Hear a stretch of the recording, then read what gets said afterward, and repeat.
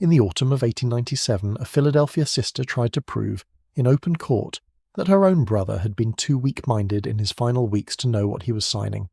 She was wrong, and the two witnesses who watched him sign it, a nurse and a physician, neither of whom stood to gain a single dollar from the outcome,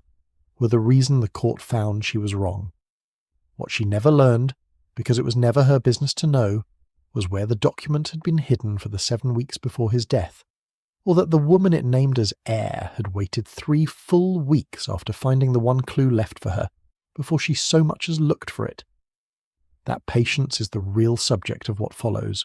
5 women, 5 households, 5 documents that were never supposed to survive a family's objection, and 5 that did, not through luck, but through a precision so quiet that almost no one watching at the time understood what they were actually seeing. The lamp is turned low in a third-floor schoolroom, and outside the window the light over the Hudson has gone the colour of weak tea. Somewhere below a clock is being wound for the night, one slow click at a time. There is a smell in rooms like this one that never quite leaves.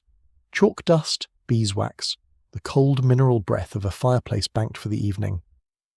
A woman sits at a small desk that is not her own, in a house that will never belong to her, keeping a ledger that no one has asked her to keep. This is where these stories begin. Not in the parlours where fortunes were toasted, but in the narrow rooms above them, where governesses sat each night with account books and lesson plans, watching a household's private machinery from the one place no one else thought to look. In the years between the 1870s and the 1920s, a governess occupied a strange seat in the American household. She was neither family nor servant, neither owner nor stranger. She ate at a separate table and was consulted on matters no housemaid would ever hear. And because she was trusted with children, she was often, quietly, trusted with everything else. Ledgers, correspondence, the small daily truths of a family that even the family itself preferred not to examine too closely. It was in that trusted, overlooked position that a small number of these women were given something almost no one expected them to keep: a name on a document, a codicil folded into the back of a will, a line added by a dying man's own hand in his own time without his family's knowledge.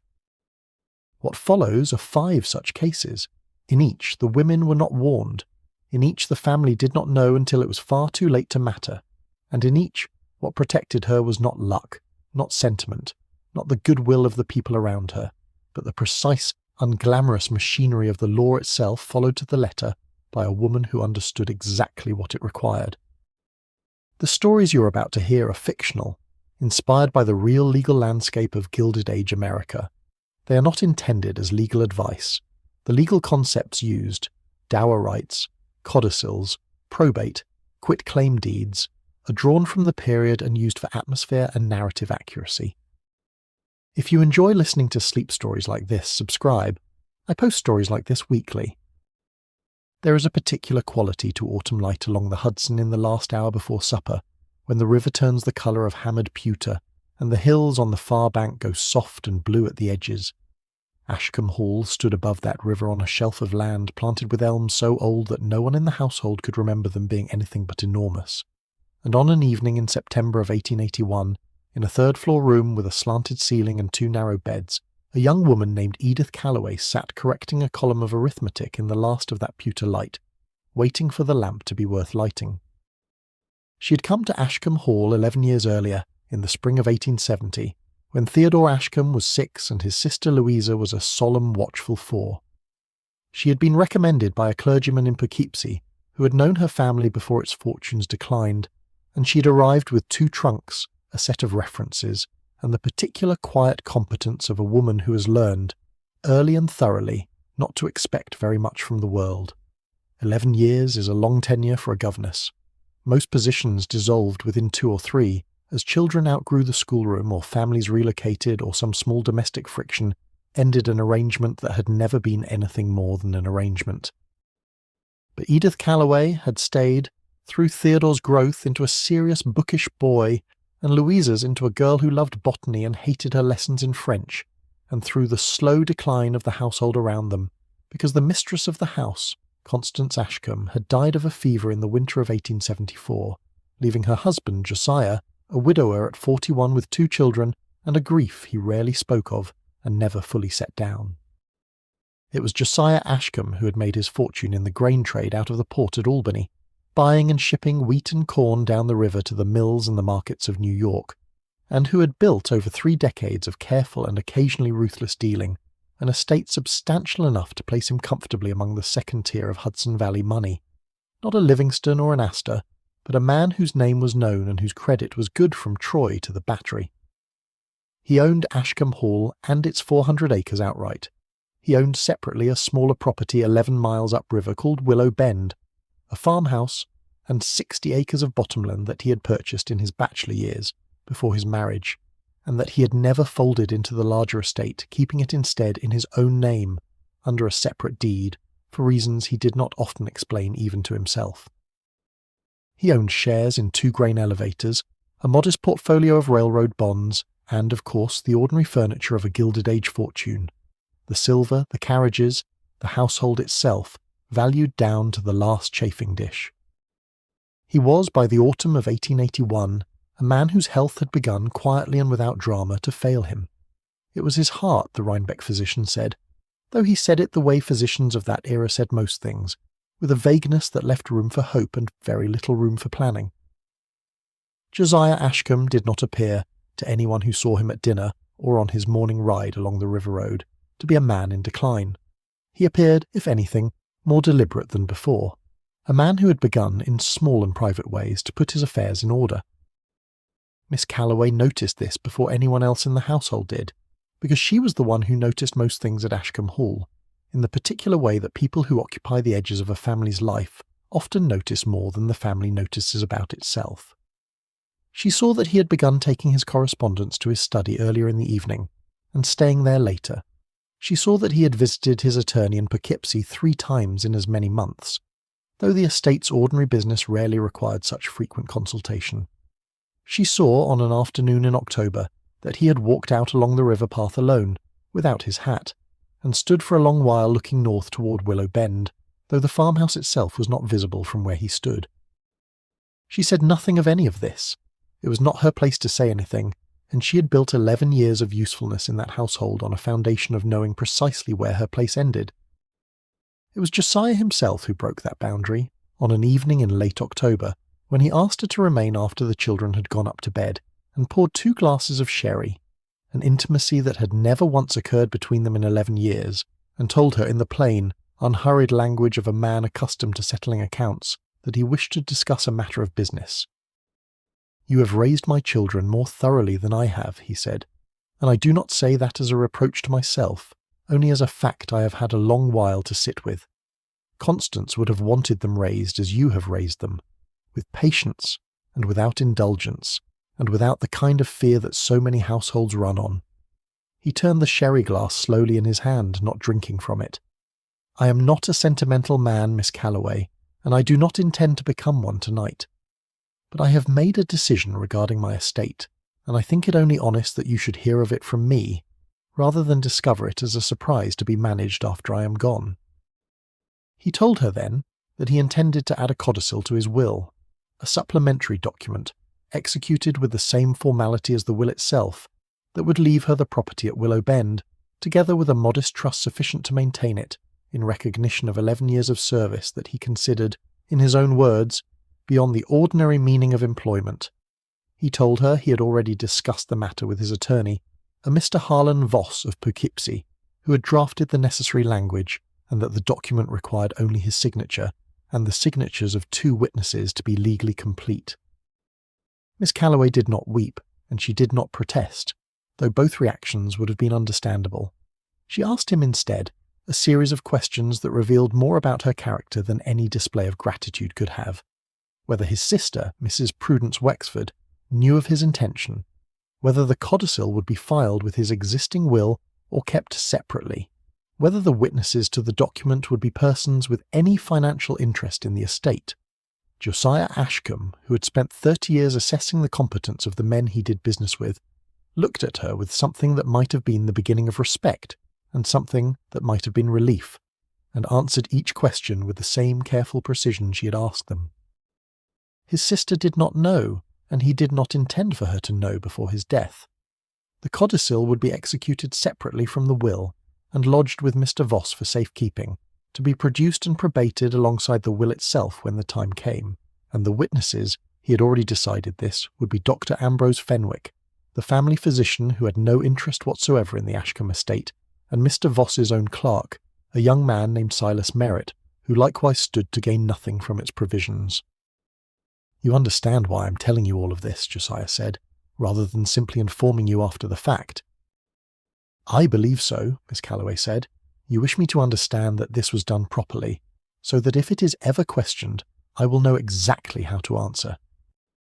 He nodded once, satisfied, and said nothing further on the subject that evening. The codicil was executed the following week, in Mr. Voss's office in Poughkeepsie, with Dr. Fenwick and Silas Merritt signing their names beneath Josiah Ashcombe's own, each of the three signing in the presence of the other two, a formality that Mr. Voss insisted upon with the fussiness of a man who had seen, in 30 years of practice, exactly how many contested wills fell apart on precisely this point. The codicil was folded into an envelope, sealed, and placed in Mr. Voss's strong-box, a duplicate copy noted in his own ledger of estate documents. Miss Calloway returned to Ashcombe Hall that same afternoon, and resumed the ordinary business of the schoolroom, and if anything in her manner had changed, no one in the household was positioned to notice it. Josiah Ashcombe lived a further 14 months. He saw Theodore turn 17 and begin his preparation for Yale. He saw Louisa's 15th birthday, and gave her, over her mild protest, a set of botanical field guides she had wanted for 2 years. He continued to ride along the river road each morning until the cold weather made it inadvisable, and he continued to visit Mr. Voss's office with a regularity that his sister, Mrs. Wexford, occasionally remarked upon at dinner, without ever asking directly what business required it, and on a night in January of 1883, in the depths of a winter that had frozen the river solid enough for sleighs to cross it, his heart, which had been giving its quiet warnings for over a year, stopped entirely, and he was found in the morning by his valet, seated in the chair in his study where he had apparently meant only to rest for a moment the evening before. The household that assembled in the days following his death was, in the particular manner of Gilded Age families, a study in the management of grief through the management of logistics. Mrs. Prudence Wexford arrived from her own home in Rhinebeck within hours, dressed in mourning she had evidently kept prepared for such an occasion, and took immediate and comprehensive charge of the practical arrangements, the notification of relations, the ordering of mourning stationery, the selection of a burial plot beside Constance Ashcombe's own. Her son, Aldous Wexford, a solicitor of modest but growing reputation in Albany, arrived a day later and was named, upon the reading of the will, as executor of his uncle's estate, a role that Josiah had assigned him some years earlier, in an arrangement that predated any of the events of the previous autumn, and that no subsequent codicil had altered. The will itself, read in the drawing-room on the third day after the funeral, was unremarkable in its provisions. Ashcombe Hall and the bulk of the estate passed to Theodore, to be held in trust until his majority, with Louisa receiving a substantial dowry portion, and Mrs. Wexford named as guardian of both children's daily affairs until Theodore's 21st birthday. Household staff received modest bequests. Miss Calloway, who had sat quietly in a chair near the back of the room during the reading, heard her own name mentioned only once, in a clause providing for 6 months' additional salary in recognition of her service. A generous but entirely ordinary gesture, the kind any well-regarded governess might expect upon the death of an employer. She said nothing. She had not expected the codicil to be read that day, because she knew from the conversation 14 months earlier precisely where it had been kept, and precisely what steps were required to bring it forward. What she did not know, what she could not have known, sitting in that chair, watching Aldous Wexford fold the will back into its envelope with the brisk satisfaction of a man whose duties had gone smoothly, was whether Mr. Voss would come forward with the codicil on his own initiative, or whether the responsibility for surfacing it would fall to her. It fell to her within the week. Mr. Voss, who had learned of Josiah Ashcombe's death from the Rhinebeck newspaper, before any formal notification reached him, sent a letter to Ashcombe Hall requesting that Miss Calloway call upon his office at her earliest convenience regarding, as he phrased it with careful vagueness, a matter pertaining to the late Mr. Ashcombe's affairs. She made the journey to Poughkeepsie on a grey afternoon in late January, in a hired carriage, and sat across a wide oak desk from a man she had met only once before, 14 months earlier, while he explained to her, in the unhurried language of his profession, exactly what would now be required. The codicil, he explained, was a valid testamentary document, properly executed under New York law, which required that a will or codicil be signed by the testator in the presence of at least 2 witnesses, who must in turn sign in the presence of the testator and of each other, attesting that they observed the signing and believed the testator to be of sound mind and free from undue influence at the time. Dr. Fenwick and Silas Merritt had done precisely this, 14 months earlier, and Mr. Voss had witnessed the entire transaction himself, though, as the drafting attorney, he had deliberately not signed as a witness, understanding that a document is strengthened, not weakened, by keeping its drafter at one remove from its execution. The codicil, once admitted to probate alongside the original will, would be treated by the court as though it had been part of the will from the beginning, its provisions binding, its authority equal to any clause Josiah Ashcombe had signed years before. "There is one matter I must raise with you plainly," Mr. Voss said, folding his hands on the desk. "The family does not know of this document. When it's produced, there is every likelihood it will be contested. I do not say this to discourage you from proceeding. The codicil is sound, and I would not have permitted Mr. Ashcombe to execute a document I believe to be vulnerable to challenge. I say it because you should understand, before we go forward, exactly what will be asked of you." What would be asked of her in the weeks that followed was patience and precision and a willingness to say only what was true. The codicil was filed with the Dutchess County Surrogate's Court in early February, alongside a petition for its admission to probate. Aldous Wexford, notified as executor of the original will, responded within days with a formal objection, filed on behalf of himself and his mother, alleging that the codicil had been procured through undue influence exerted upon a man whose health, at the time of its execution, had already begun to fail. It was a predictable objection, and Mr. Voss had anticipated it precisely, because it was the objection raised in nearly every contested codicil case of the era. Not a claim that the signature was forged, which was difficult to sustain against 2 disinterested witnesses, but a claim that the testator's judgment had been improperly shaped by the very person who benefited from the document. The surrogate's hearing, held in March in a modest courtroom in Poughkeepsie, turned entirely on the question of what Josiah Ashcombe's state of mind and independence had actually been in October of 1881, and it was here that the precision of the original execution proved its worth. Dr. Ambrose Fenwick, called to testify, described a man who had been, at the time of signing, lucid, deliberate, and entirely capable of understanding the nature of the document before him, a conclusion he was well positioned to offer, as the family's own physician, with no financial interest whatsoever in the outcome. Silas Merritt, Mr. Voss's clerk, testified to the specific mechanics of the signing, that Mr. Ashcombe had read the document himself before signing it, that he had asked 2 clarifying questions about its language, and that both witnesses had signed in his presence and in each other's, exactly as the law required. Mr. Voss himself testified that the codicil had originated entirely from Mr. Ashcombe's own instruction, delivered without Miss Calloway present, and that she had, in fact, asked no questions at all about its provisions until after it had been executed. It was this last point, that Miss Calloway had not so much as inquired about the codicil's contents in advance, had not visited Mr. Voss's office, had not corresponded with him regarding its terms, that the surrogate returned to repeatedly in his questioning, because it was the detail that separated a case of genuine influence from a case of simple, private generosity. A woman actively securing her own inheritance leaves a trail of inquiry.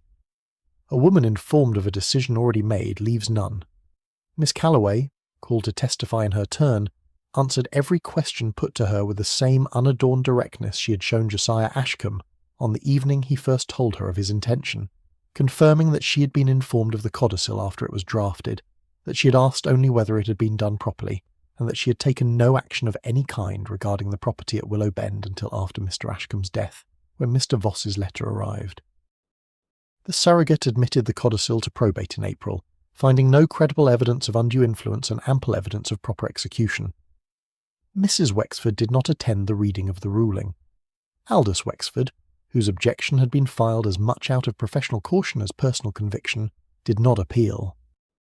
Willow Bend passed to Edith Calloway in the summer of 1883, its deed recorded at the Dutchess County Clerk's office under her own name for the first time in its history.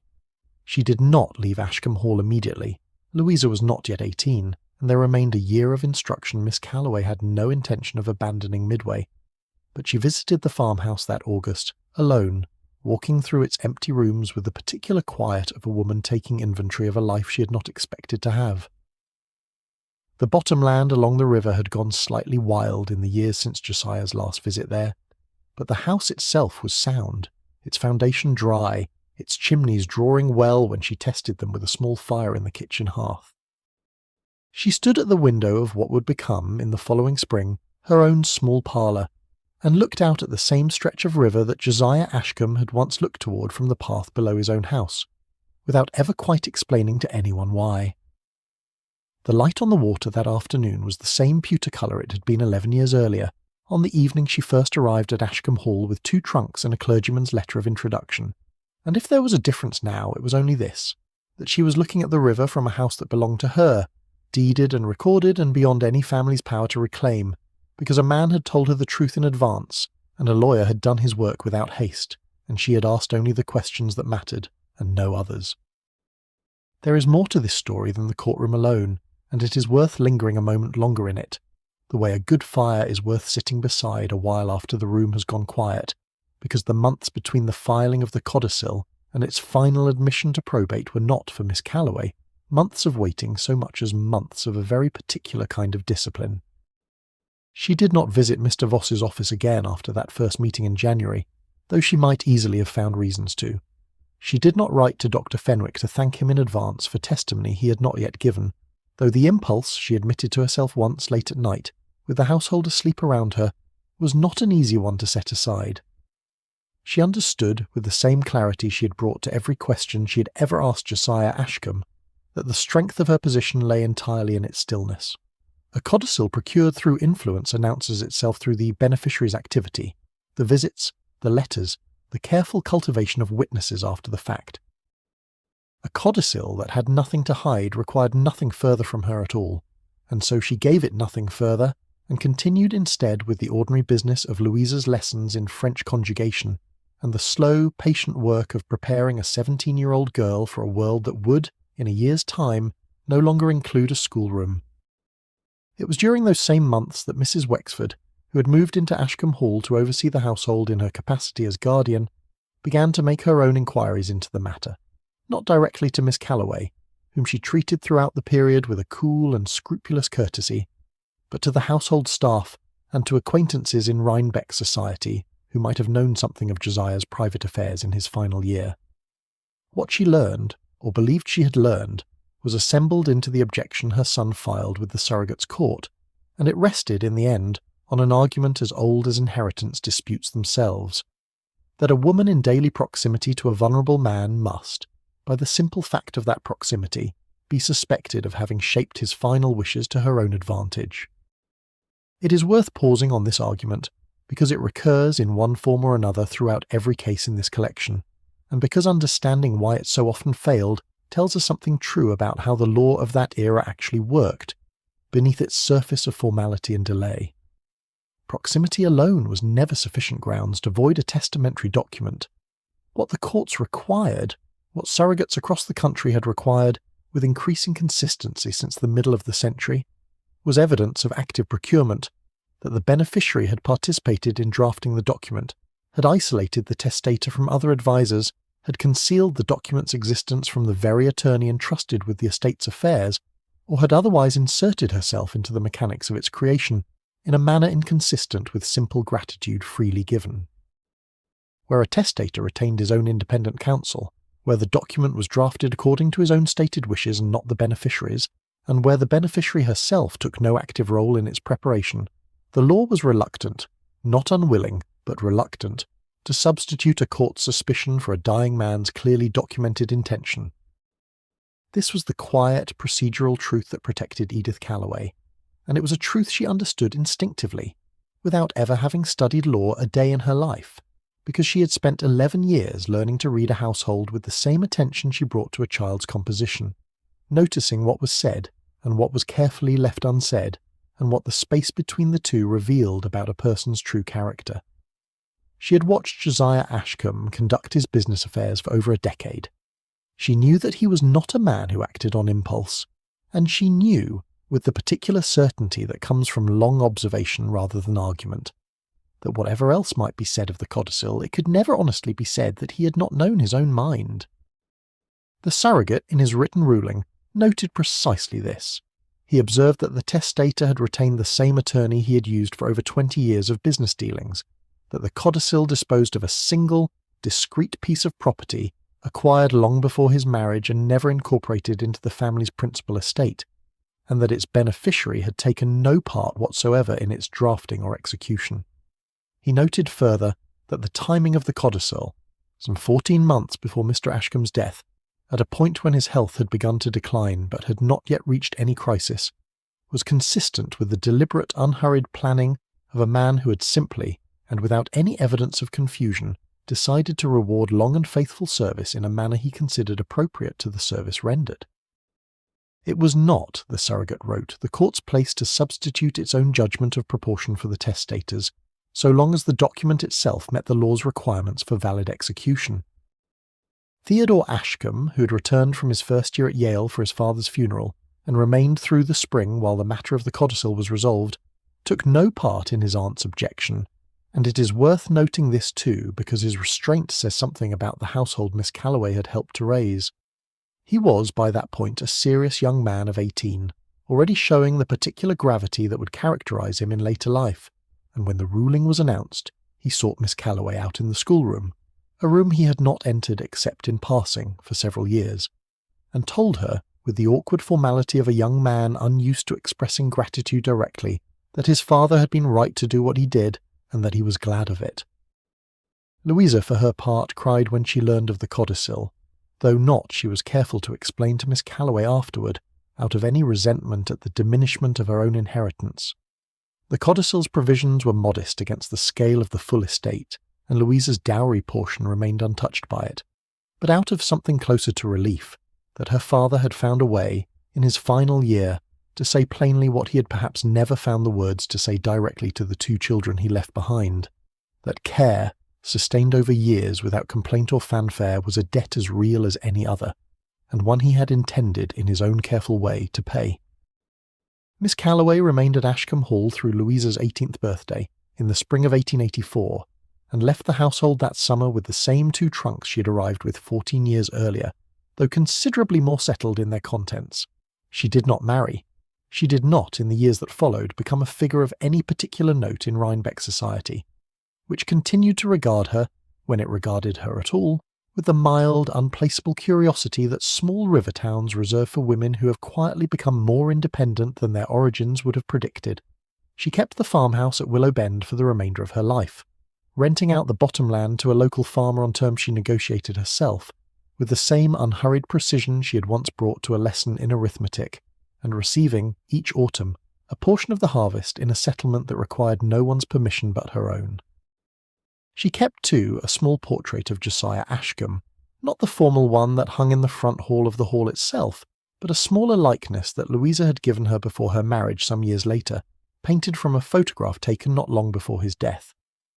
It hung in the parlour at Willow Bend for the rest of Edith Calloway's life, above the window that looked out toward the river, in the same room where she had once stood, on an August afternoon in 1883, taking the measure of a house that had, against every ordinary expectation of her position and her era, become entirely her own. What this case demonstrates, before we turn to the next, is a pattern that recurs across every story in this collection, though each unfolds in its own house, under its own particular light.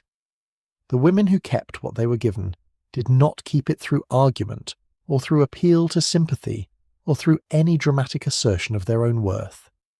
They kept it because the men who gave it to them had done so through channels the law itself was built to honour: independent counsel, disinterested witnesses, documents executed without haste and without concealment from the very institutions meant to verify them. And they kept it too because they themselves understood, with an instinct sharpened by years spent watching households from their edges rather than their centres, that the surest way to lose a gift freely given was to reach for it too visibly before it was time. The river at Willow Bend runs the same pewter colour today that it ran on the afternoon Edith Calloway first stood at that parlour window, and if there is a lesson held in that unchanging light, it is only this, that patience, properly applied, outlasts every objection built on suspicion alone. The light shifts now, moving south and west, away from the river valleys of New York and toward the brownstone streets of Boston, where a different household in a different decade kept its own private ledger of trust, one that would not surface for nearly 30 years, and that would require, when it finally did, a kind of patience longer and quieter than even Edith Calloway had needed to practice.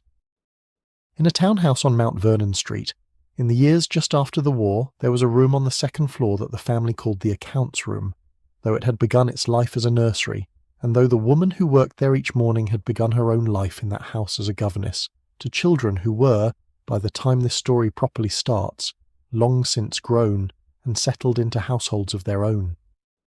Her name was Agnes Whitfield, and she'd come to the Pemberton household in 1861, at the age of 23, to teach the two younger children of Elias Pemberton, a manufacturer of woolen textiles whose mills along the Merrimack River had grown, over the course of the war and the boom years that followed it, into one of the more substantial fortunes in Boston's mercantile class. Not old money, not Beacon Hill money, in the sense that mattered most to Beacon Hill itself, but money serious enough to purchase a townhouse on Mount Vernon Street and a summer place on the North Shore, and to secure, in time, a certain grudging acceptance from a city that measured worth in generations rather than dollars. Agnes taught the two younger Pemberton children, a boy named Frederick and a girl named Clara, for 11 years, through the same steady, unremarkable competence that characterized the best governesses of the era, and when Clara married in 1872, and Frederick departed for business training in New York the following year, the household might reasonably have expected that Miss Whitfield's tenure had reached its natural conclusion. It did not. Elias Pemberton's wife, Harriet, had died in 1869, worn down by a decade of ill health that no physician of the period had ever satisfactorily named, and Elias, left a widower with a household to manage and a business that consumed nearly all his waking attention, had come to rely on Agnes Whitfield for something the position of governess had never technically required of her, the keeping of his private accounts. It began modestly, as these arrangements often did, a request that she organise his correspondence, since her handwriting was clear and her filing methodical, followed by a request that she track the household's expenditures, since Harriet's death had left no one else positioned to do it, followed, over the years, by a steadily expanding set of responsibilities that eventually encompassed not merely the household's accounts, but a portion of Elias Pemberton's personal financial records as well, the rents from a block of commercial property he owned near the waterfront, the dividends from his mill shares, and most significantly for what follows, the income from a granite quarry he had purchased in 1858 before his marriage, on a hillside in southern New Hampshire he called, with the plain affection some men reserve for land rather than people, Granite Hollow. The quarry was not large by the standards of the great New Hampshire granite operations that would come to dominate the industry by the century's end, but it was profitable, supplying dressed stone to builders across New England for foundations, curbing, and the occasional monument, and it generated an income that Elias Pemberton had, for reasons of his own, never folded into the general accounts of his textile business. He held it separately, under its own deed, its revenues tracked in its own ledger, a ledger that Agnes Whitfield began keeping in 1875 at his direct instruction, and continued keeping for the better part of 2 decades, recording each quarter's shipments and receipts in the same clear, unhurried hand she had once used to correct Frederick Pemberton's Latin declensions. It is worth pausing here on the nature of what mineral rights actually were, under the law of that period, because they form the quiet centre of everything that follows. A deed to land did not necessarily include the right to extract and sell what lay beneath or upon it as stone, coal, or ore. Mineral rights could be held separately from surface rights, bought, sold, leased, or bequeathed as their own distinct form of property, a fact well understood by any Gilded Age landowner whose holdings included quarries, coalfields, or ore deposits, but poorly understood by the wider public, and easily obscured in an estate's paperwork by an executor either careless or, on occasion, less than fully honest. Elias Pemberton understood the distinction perfectly. He had in fact structured his ownership of Granite Hollow precisely to keep its mineral rights, the right to quarry and sell the stone itself, distinct from the underlying land, a distinction that would matter a great deal in the years after his death. Agnes Whitfield kept the quarry's ledger for 19 years, through Frederick's rise to a partnership in a New York investment house and Clara's establishment, with her husband in a comfortable house in Brookline, and through the slow, gradual aging of Elias Pemberton himself, who remained, into his 70s, a man of sharp memory and careful habits, though increasingly dependent on Agnes for the daily mechanics of a life he had once managed entirely on his own. It was, by any honest accounting, a peculiar relationship, not romantic, not even especially warm in its outward expression, but built on a foundation of accumulated trust so thorough that Elias Pemberton had, by the mid-1890s, come to rely on Agnes Whitfield's judgment in financial matters more completely than he relied on his own son's, a fact that Frederick Pemberton, a proud and increasingly ambitious man in his own right, was not entirely comfortable knowing. In the autumn of 1896, at the age of 78, Elias Pemberton fell ill with a lung complaint that would, over the following winter, prove fatal, and it was during the early weeks of that illness, while he was still lucid and largely able to conduct his affairs, that he summoned his attorney, a Mr. Charles Bellwether of the firm Bellwether and Stone, to the house on Mount Vernon Street to draft a codicil to his will. The codicil was brief and specific. It left the mineral rights to Granite Hollow, not the land itself, which would pass, along with the bulk of the estate, to Frederick as the eldest child, but the separately held right to quarry and sell its stone, to Agnes Whitfield, together with a modest annuity to be paid from the general estate for the remainder of her life. Elias Pemberton dictated the language of the bequest himself, in Bellwether's presence, citing 19 years of faithful and exacting management of accounts that I could not, in honesty, have managed half so well myself, and the document was signed on the 14th of November, 1896, witnessed by Bellwether's own clerk and by Dr. Josiah Trent, the physician then attending Elias Pemberton's illness, 2 witnesses with no financial stake whatsoever in the estate's disposition, exactly as the law of Massachusetts required for a document to withstand any challenge to its validity.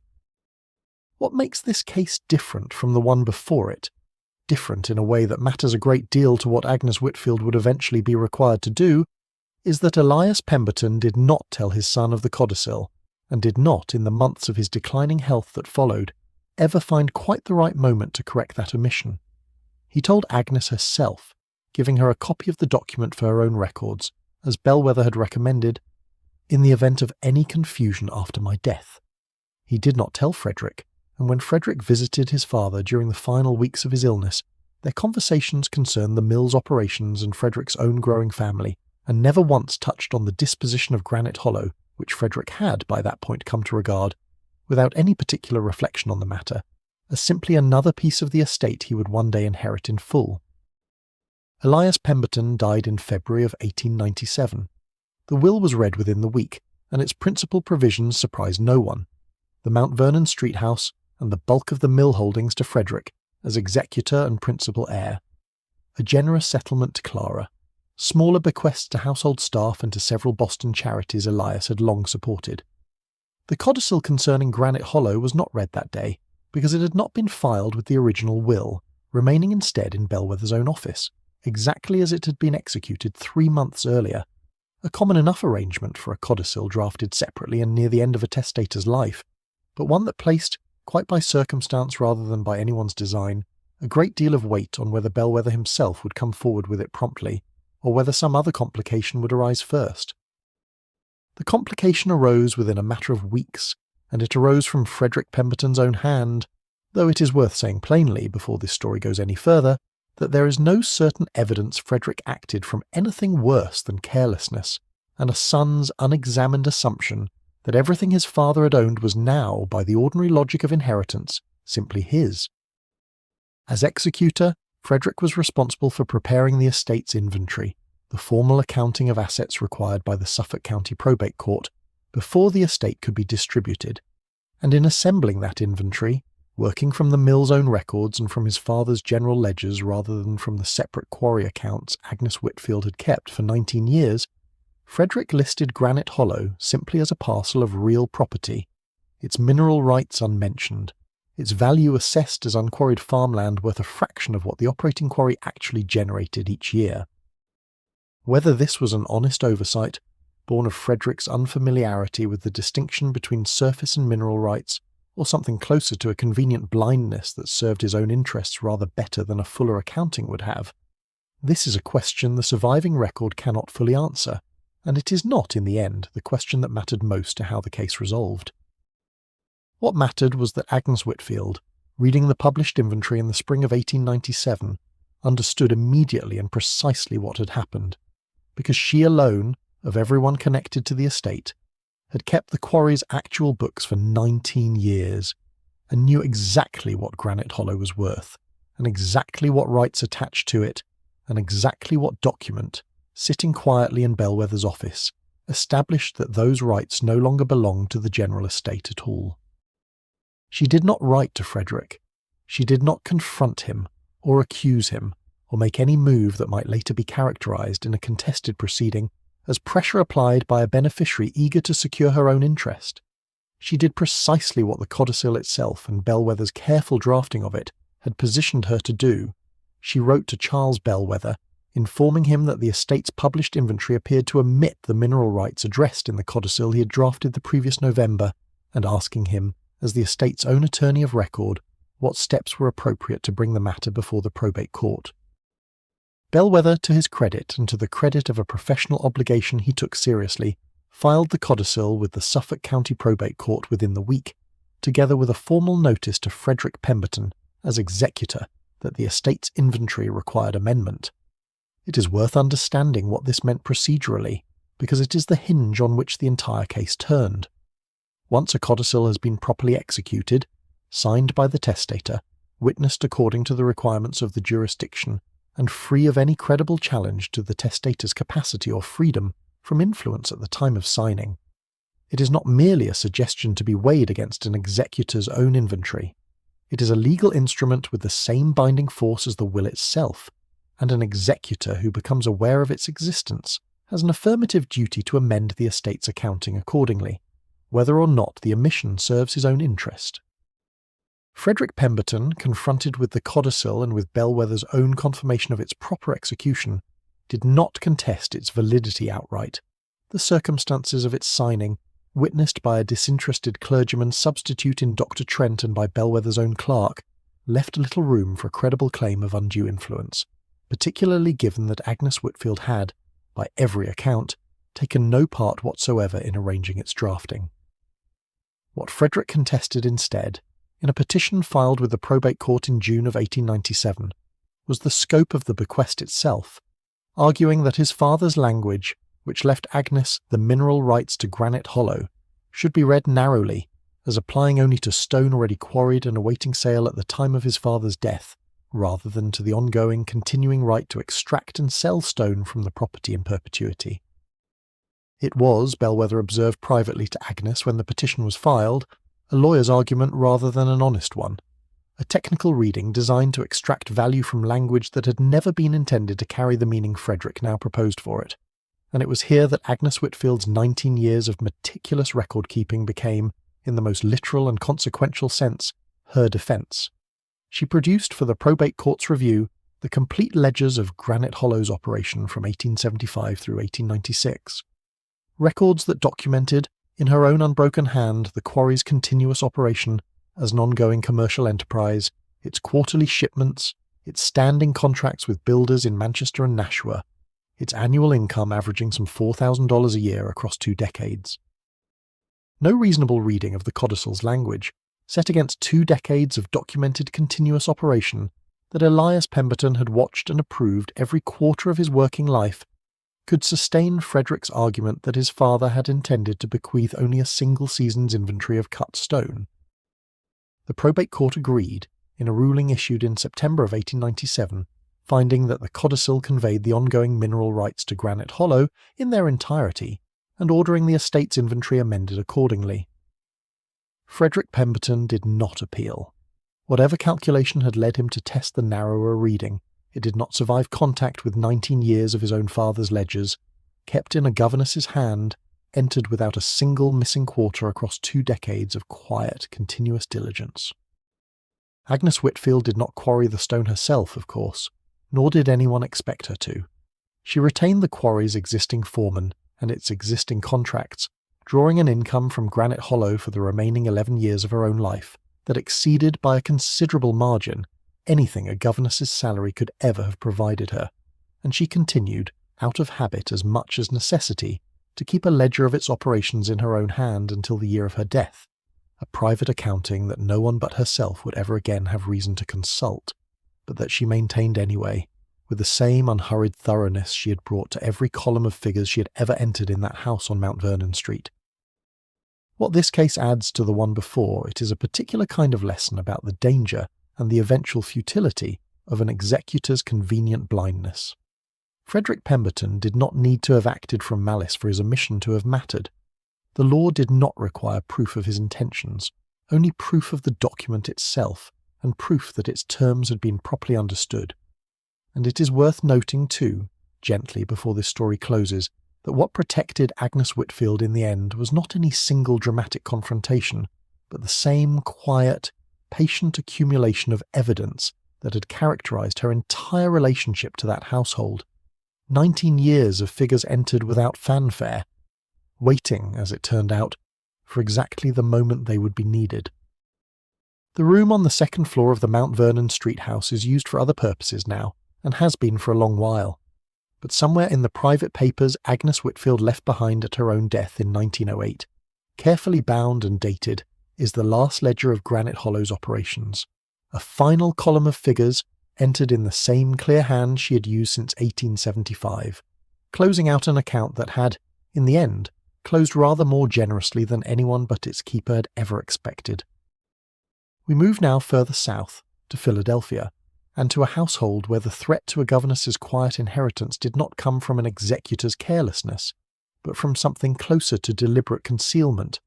a codicil hidden not in an attorney's strongbox but inside the family's own household, in a place that only the woman it concerned would ever think to look. There is a quieter thread inside this story worth following a little further, because it touches on something these anthology cases return to again and again, the particular vulnerability and the particular strength of a woman whose claim to property rests not on romance or blood but on decades of unglamorous labour that no one else in the household ever thought to notice, still less to value. Consider what Agnes Whitfield's days had actually looked like across those 19 years of keeping the Granite Hollow ledger. She rose, by all accounts, from the household staff who remained in service long enough to be asked about it decades later, before the rest of the household stirred, and spent the first hour of each day at the small writing desk in what had once been the nursery, transcribing the previous week's correspondence from the quarry's foreman, a taciturn man named Obadiah Fenn, who wrote in a hand so cramped that Elias Pemberton himself had, on more than one occasion, simply handed the letters to Agnes unread, and asked her to summarize their contents. She reconciled shipping manifests against payment received. She corresponded on Elias's behalf and increasingly in her own voice as the years accumulated, with the builders in Manchester and Nashua who purchased the quarry's stone, negotiating minor adjustments to delivery schedules, and settling the small disputes over quality and quantity that any ongoing commercial relationship eventually produces. None of this was glamorous work. None of it would have made for interesting conversation at any of the dinners Elias Pemberton hosted on Mount Vernon Street, where talk ran to the tariff and the price of wool, and in later years to the alarming rise of organised labour in the mills along the Merrimack. But it was work that required, over 2 decades, an almost unbroken continuity of attention, and it was work that no one else in that household, not Frederick, not Clara, not even Elias himself in his final years, could have reconstructed from memory alone. This is worth dwelling on, because it explains something that might otherwise seem strange. Why a wealthy manufacturer would entrust the accounts of a profitable commercial property to a governess rather than to a clerk, a bookkeeper, or one of the several accountants his own mill business employed. The answer, as best the surviving correspondence allows us to understand it, is that Elias Pemberton had come, over the years of his widowhood, to trust Agnes Whitfield's judgment in a manner that went beyond the simple mechanics of bookkeeping. He trusted her not to pad an invoice, not to smooth over a discrepancy rather than report it honestly, not to let a friendship with Obadiah Fenn's family, and there was in fact a long and genuine friendship there, built across years of correspondence, colour her accounting of what the foreman's letters actually said. It was this trust, accumulated in small increments across 19 years, that Elias Pemberton was attempting to honour when he sat with Charles Bellwether in November of 1896 and dictated the terms of his codicil, and it is worth remembering as we leave this case behind that trust of this kind is rarely built in a single dramatic gesture. It is built the way Agnes Whitfield built her ledgers, one entry at a time, across a great many ordinary mornings, until the sum of them became something substantial enough to withstand a courtroom's scrutiny. There is a final detail from this case that belongs here, in the quiet space before we move on, because it says something about how these stories tend to end, not in vindication loudly celebrated, but in a kind of settling, the way a house settles on its foundation after a long winter. When the Probate Court's ruling was announced in September of 1897, Frederick Pemberton did not seek out Agnes Whitfield to acknowledge the outcome, and she did not seek him out either. Their correspondence in the years that followed, when it occurred at all, concerned only the practical matters that occasionally arise between a family estate and a separately held property that shares a common boundary line, a dispute over a fence, a question about a right-of-way to the county road, nothing more. There was no reconciliation scene, no dramatic apology, no restoration of warmth between a son who had, whether through carelessness or something closer to it, tried to claim what was no longer his, and the woman who had quietly declined to let him. There was only the ledger, closed and correct, and a quarry that continued to produce its stone each season under new ownership, exactly as it always had. Clara Pemberton, Agnes's other former pupil, did write to her, a brief note preserved among Agnes's papers, offering congratulations on what Clara called, with the same directness her old governess had once tried to instill in her Latin compositions, a settlement more just than most families manage to arrange even when they are trying. It was perhaps the only warm word to survive from the Pemberton family regarding the entire affair, and Agnes Whitfield kept it, folded inside the cover of her final granite hollow ledger, for the rest of her life. What both of these first two cases share, laid side by side in the quiet hours of this collection, is a pattern about the ordinary, unglamorous nature of the trust that eventually mattered most. Neither Edith Calloway nor Agnes Whitfield secured her inheritance through any dramatic act of persuasion, or any special claim on affection that a jealous family might reasonably resent. Each secured it through years of work so steady and so unremarkable that it had become, by the time either death arrived, simply a fact of household life. The kind of fact a family stops noticing precisely because it has never once failed to be true. And it was that very unremarkability, that long record of quiet reliability, that protected each woman when her inheritance was finally tested, because a claim built on decades of documented service is a very different thing, in the eyes of a probate court,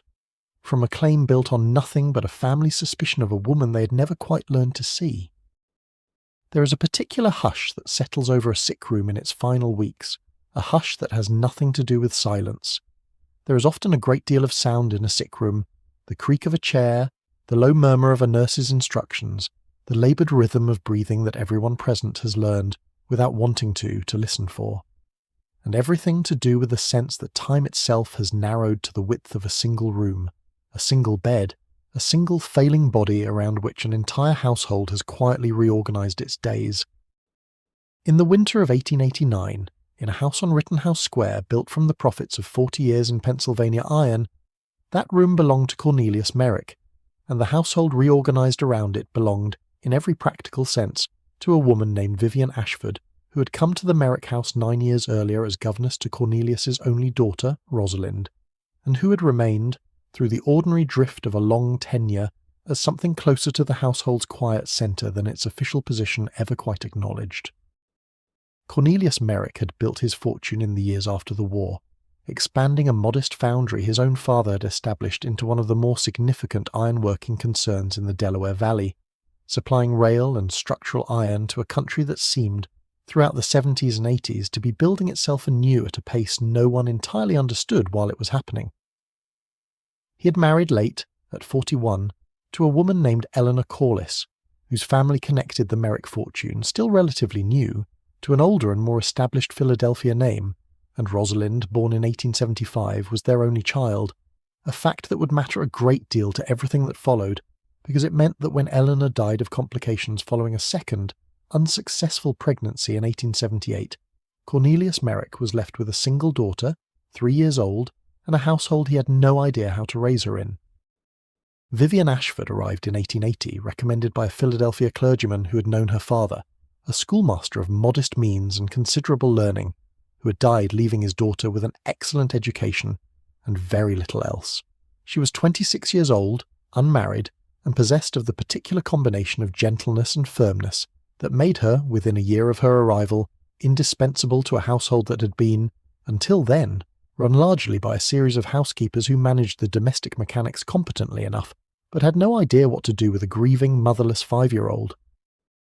What developed, over the following 9 years, was not a romance. This needs to be said plainly, because it is precisely the assumption that Cornelius Merrick's own sister would come, in time, to make, and precisely the assumption that this case's resolution would ultimately have to dismantle in a Philadelphia courtroom. It was, instead, something closer to a working partnership in the raising of a child, conducted with a formality that both parties maintained scrupulously across nearly a decade, and it extended, as Cornelius Merrick's health began its decline in the mid-1880s, into something further. A trust in Vivian Ashford's judgment that came to encompass not merely Rosalind's education, but increasingly the management of the household's daily affairs, the oversight of correspondence. Cornelius found himself too fatigued to handle personally, and in the final 2 years of his life, the quiet, unglamorous work of a sick room that a man of his means might easily have staffed with nurses alone, and that he chose instead to have Vivian oversee. Cornelius Merrick's decline began with what his physician, a Dr. Alaric Penrose, diagnosed as a weakness of the heart, though by the winter of 1889 it had progressed to the point where Cornelius was confined almost entirely to the second-floor bedroom of the Rittenhouse Square house, attended by a private nurse, Miss Odette Blanchard, who had been engaged the previous autumn, and visited with increasing frequency by his sister, Beatrice Merrick Hale, a widow of considerable social standing in her own right, who had begun, over the preceding 2 years, to take a keen and closely managed interest in her brother's affairs. Beatrice Merrick Hale had never approved of Vivian Ashford's role in the household, though she had never been able to articulate a specific complaint that would justify her disapproval to anyone outside her own immediate circle. What she disapproved of, if pressed to name it honestly, was the simple fact of proximity. The fact that a woman with no blood claim on the Merrick fortune had, over 9 years, come to occupy a position of trust that Beatrice herself, as Cornelius's only surviving sibling and Rosalind's nearest adult relation besides her father, felt should rightfully have belonged to her. She had begun, in the final year of her brother's illness, to make discreet inquiries of the household staff regarding Cornelius's private affairs, and to visit Rittenhouse Square with a regularity that Vivian Ashford, watching from her own position at the edges of the household, recognised for exactly what it was, a woman positioning herself to assume control of a 14-year-old girl's guardianship, and of the fortune that would attach to it, the moment her brother's illness reached its inevitable conclusion. It was against this backdrop, a dying man, a sister circling with increasing purpose, and a governess whose entire tenure in the household Beatrice had come to regard with open suspicion, that Cornelius Merrick made the decision, in January of 1889, to secure Vivian Ashford's future in a manner that would prove, in the months following his death, considerably more difficult to bring forward than either of the codicils in the 2 cases before this one. He did not summon his attorney, a Mr. Talmadge Rourke of the firm Rourke and Dunmore, to draft the document formally, as Josiah Ashcombe and Elias Pemberton had each done. This was not, as it might first appear, an oversight or a failure of proper procedure on Cornelius Merrick's part, but a deliberate choice, born of the particular circumstances he found himself in. He had come to suspect, correctly as it turned out, that his sister had begun cultivating a relationship with Rourke's own junior partner, a young attorney named Aldous Fenn, in anticipation of exactly this eventuality, hoping to learn in advance of any provisions Cornelius intended to make outside the ordinary line of inheritance, and to position herself to contest them the moment they surfaced. Cornelius Merrick, weakened in body but entirely undiminished in the particular shrewdness that had built his fortune, decided that the safest course was not to involve Rourke's firm at all, but to execute the codicil himself, in his own hand, in the privacy of his sick room, with witnesses he trusted absolutely and whose presence in that room would attract no suspicion whatsoever,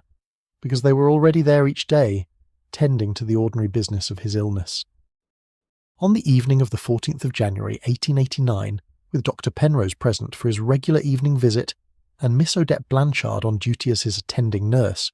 Cornelius Merrick asked both of them to remain a few minutes past the ordinary conclusion of Dr. Penrose's visit,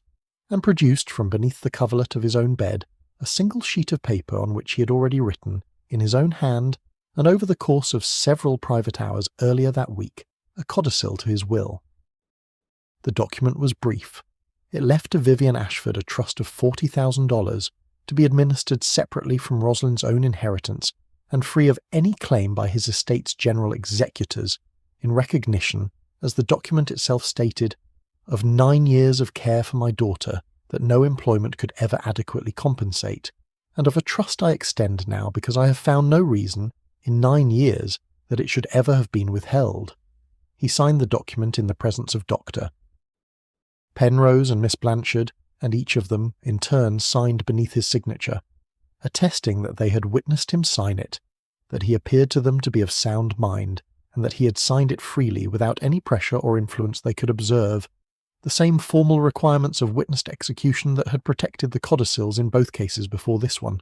satisfied here not in a lawyer's office but in a sick room, by a dying man determined to keep the entire proceeding beyond his sister's reach. What Cornelius Merrick did next is the detail that makes this case different from the two before it, and the detail that would ultimately require Vivian Ashford to do something neither Edith Calloway nor Agnes Whitfield had needed to do, find the document at all, before she could ever hope to prove it valid. He did not lodge the codicil with Rourke's firm, for the reasons already described. He did not give it to Vivian Ashford directly, judging, correctly as events would prove,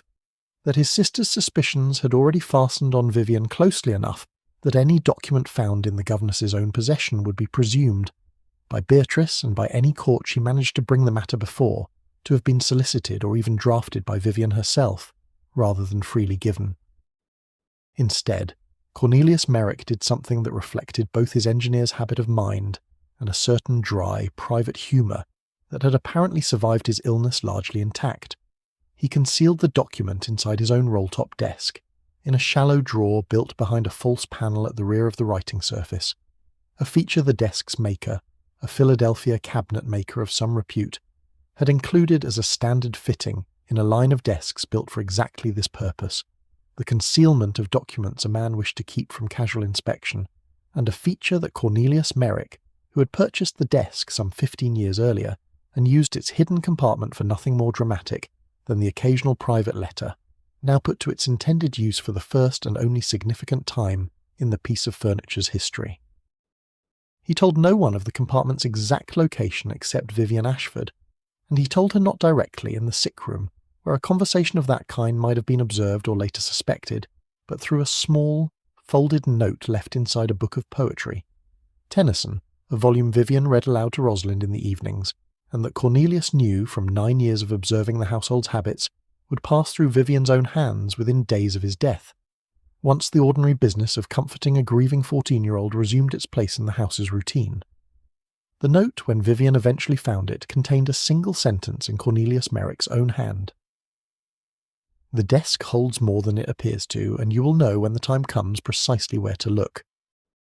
Cornelius Merrick died on the 2nd of March, 1889, 7 weeks after executing the codicil, with his affairs, so far as his sister and the wider household understood them, entirely unchanged from the will he had executed years earlier through Rourke's firm,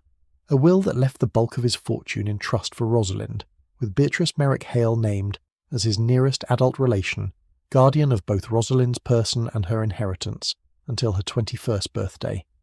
It was a guardianship Beatrice had angled for across the final 2 years of her brother's illness, and one she assumed, in the weeks immediately following his death,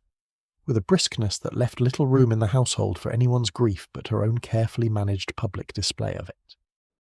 Vivian Ashford did not find Cornelius Merrick's note in the Tennyson volume for nearly 3 weeks, not through any failure of attention, but because the household in the immediate aftermath of a death of this kind occupies itself entirely with the business of mourning, and it was not until the household's routines began, slowly, to resume something like their ordinary shape, that she returned to the evening habit of reading aloud to Rosalind and opened the volume to find the folded note tucked between 2 pages near its middle. What followed required a delicacy that neither Edith Calloway's nor Agnes Whitfield's cases had demanded, because Vivian Ashford now faced a problem entirely her own. How does a governess whom the family's presumptive guardian already regards with open suspicion gain access to a dead man's private desk, remove a document from a concealed compartment, and bring that document forward for probate, without the entire sequence of events appearing, to a sceptical court, or to a hostile guardian eager to characterize it this way, as exactly the kind of scheming self-interest the law was designed to guard against? She did not act alone, and this, more than any other single decision, was what ultimately protected her. She went first, not to the desk, but to Dr. Alaric Penrose, the physician who had witnessed the codicil's signing 7 weeks before Cornelius Merrick's death, and told him plainly what the note had revealed. Dr. Penrose, whose own name appeared as a witness on a document he knew perfectly well existed, but had had no occasion to mention in the weeks since his patient's death, agreed to accompany Vivian to the house on Rittenhouse Square. By that point, Beatrice Merrick Hale's household in every practical sense, though Vivian retained her position as Rosalind's governess, and her ordinary access to its rooms, and to be present together with Miss Odette Blanchard, the second witness, when the desk's hidden compartment was opened. The 3 of them located the compartment on an afternoon in late March, while Beatrice was engaged elsewhere in the city, and found within it the codicil exactly where Cornelius Merrick's note had promised it would be, together with a brief covering letter, also in his own hand, explaining his reasons for concealing rather than filing the document, and instructing that it be brought before Rorke's firm, his own attorney, whose integrity he trusted, even as he had chosen not to involve the firm in the codicil's drafting, for proper presentation to the probate court. It is worth pausing here on a legal question this discovery raised, and that Vivian Ashford, with Dr. Penrose's guidance, understood she needed to resolve before taking any further step, whether a codicil discovered under these circumstances, concealed by the testator himself and found weeks after his death by the very party who stood to benefit from it, could withstand the scrutiny such an unusual discovery was certain to attract. The answer, as Talmadge Rourke himself confirmed when Vivian and Dr. Penrose brought the document to his office in early April, turned not on the circumstances of its discovery, but on the same fundamentals that had governed both cases before this one. Whether the document had been properly executed at the time of signing, and whether credible, disinterested witnesses could attest to that execution. Dr. Penrose and Miss Blanchard, neither of whom had anything whatsoever to gain from the codicil's terms, could attest to precisely that, and their testimony, combined with the corroborating detail of Cornelius Merrick's own note directing Vivian to the desk, a note that demonstrated in his own hand both his continued lucidity in the weeks after the signing and his deliberate intention that the document eventually be found and honoured, gave Rourke a foundation he considered, in his own words to Vivian, as sound as any codicil I have had occasion to file in 20 years of practice, unusual circumstances notwithstanding. Beatrice Merrick Hale's response when the codicil was filed with the Philadelphia Register of Wills in April of 1889 was neither the measured legal objection Aldous Wexford had filed against Edith Calloway's codicil, nor the technical argument over scope that Frederick Pemberton had attempted against Agnes Whitfield's. It was instead a direct and considerably more aggressive challenge to the document's authenticity itself, an allegation, filed through her own attorney, that the codicil was either an outright forgery or at minimum a document procured through some undisclosed manipulation of a dying man too weakened by illness to have understood what he was signing, and concealed precisely because its procurement could not have withstood contemporaneous scrutiny. This was, in the language of the era's probate courts, a serious allegation, carrying with it the implicit suggestion of fraud, and it required Vivian Ashford to do something neither of the 2 women before her had been required to do so directly: defend not merely the propriety of the codicil's execution, but her own character in open court against an accusation that came dangerously close to alleging she had manipulated a dying man in his final weeks. The hearing, held before the Philadelphia Orphans' Court in June of 1889, turned substantially on the testimony of Dr. Alaric Penrose, who, standing as a respected physician with an established practice and no financial interest whatsoever in the Merrick estate, carried considerable weight with the court, and who testified with a directness that left little room for Beatrice's counsel to manoeuvre, that Cornelius Merrick had been, on the evening of the 14th of January, entirely lucid, that he had written the codicils language himself in advance, over the course of several days rather than in a single hurried sitting, that he had explained his reasons for the bequest clearly, and without any prompting from either witness, and that Vivian Ashford had been nowhere present in the room at any point during the document's drafting or execution. A fact doctor. Penrose was in a position to confirm with complete certainty, since he had attended Cornelius Merrick nearly every evening throughout that period, and had never once observed Vivian present during any conversation touching on the estate. Miss Odette Blanchard's testimony corroborated Dr. Penrose's account in every particular, and added a further detail that Beatrice's counsel had not anticipated and struggled, in cross-examination, to overcome, that Cornelius Merrick had specifically instructed both witnesses, at the time of signing, to say nothing of the codicil to any member of the household, including Vivian Ashford herself, until after his death,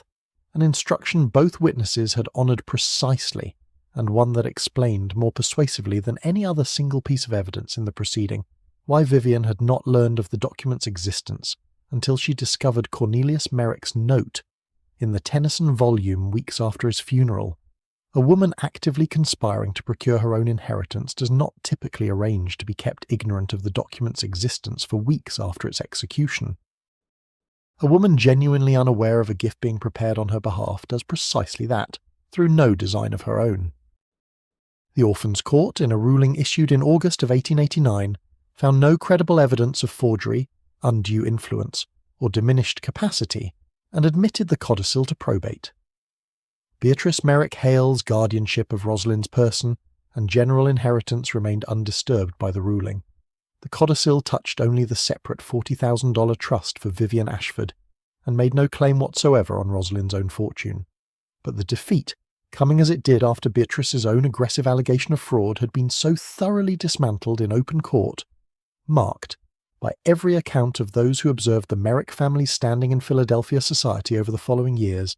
a quiet diminishment of Beatrice's own influence within the household she had worked so deliberately to control. Vivian Ashford remained as Rosalind's governess for a further 3 years, through the girl's entry into a proper young ladies' seminary, and left the position in 1892 on terms that,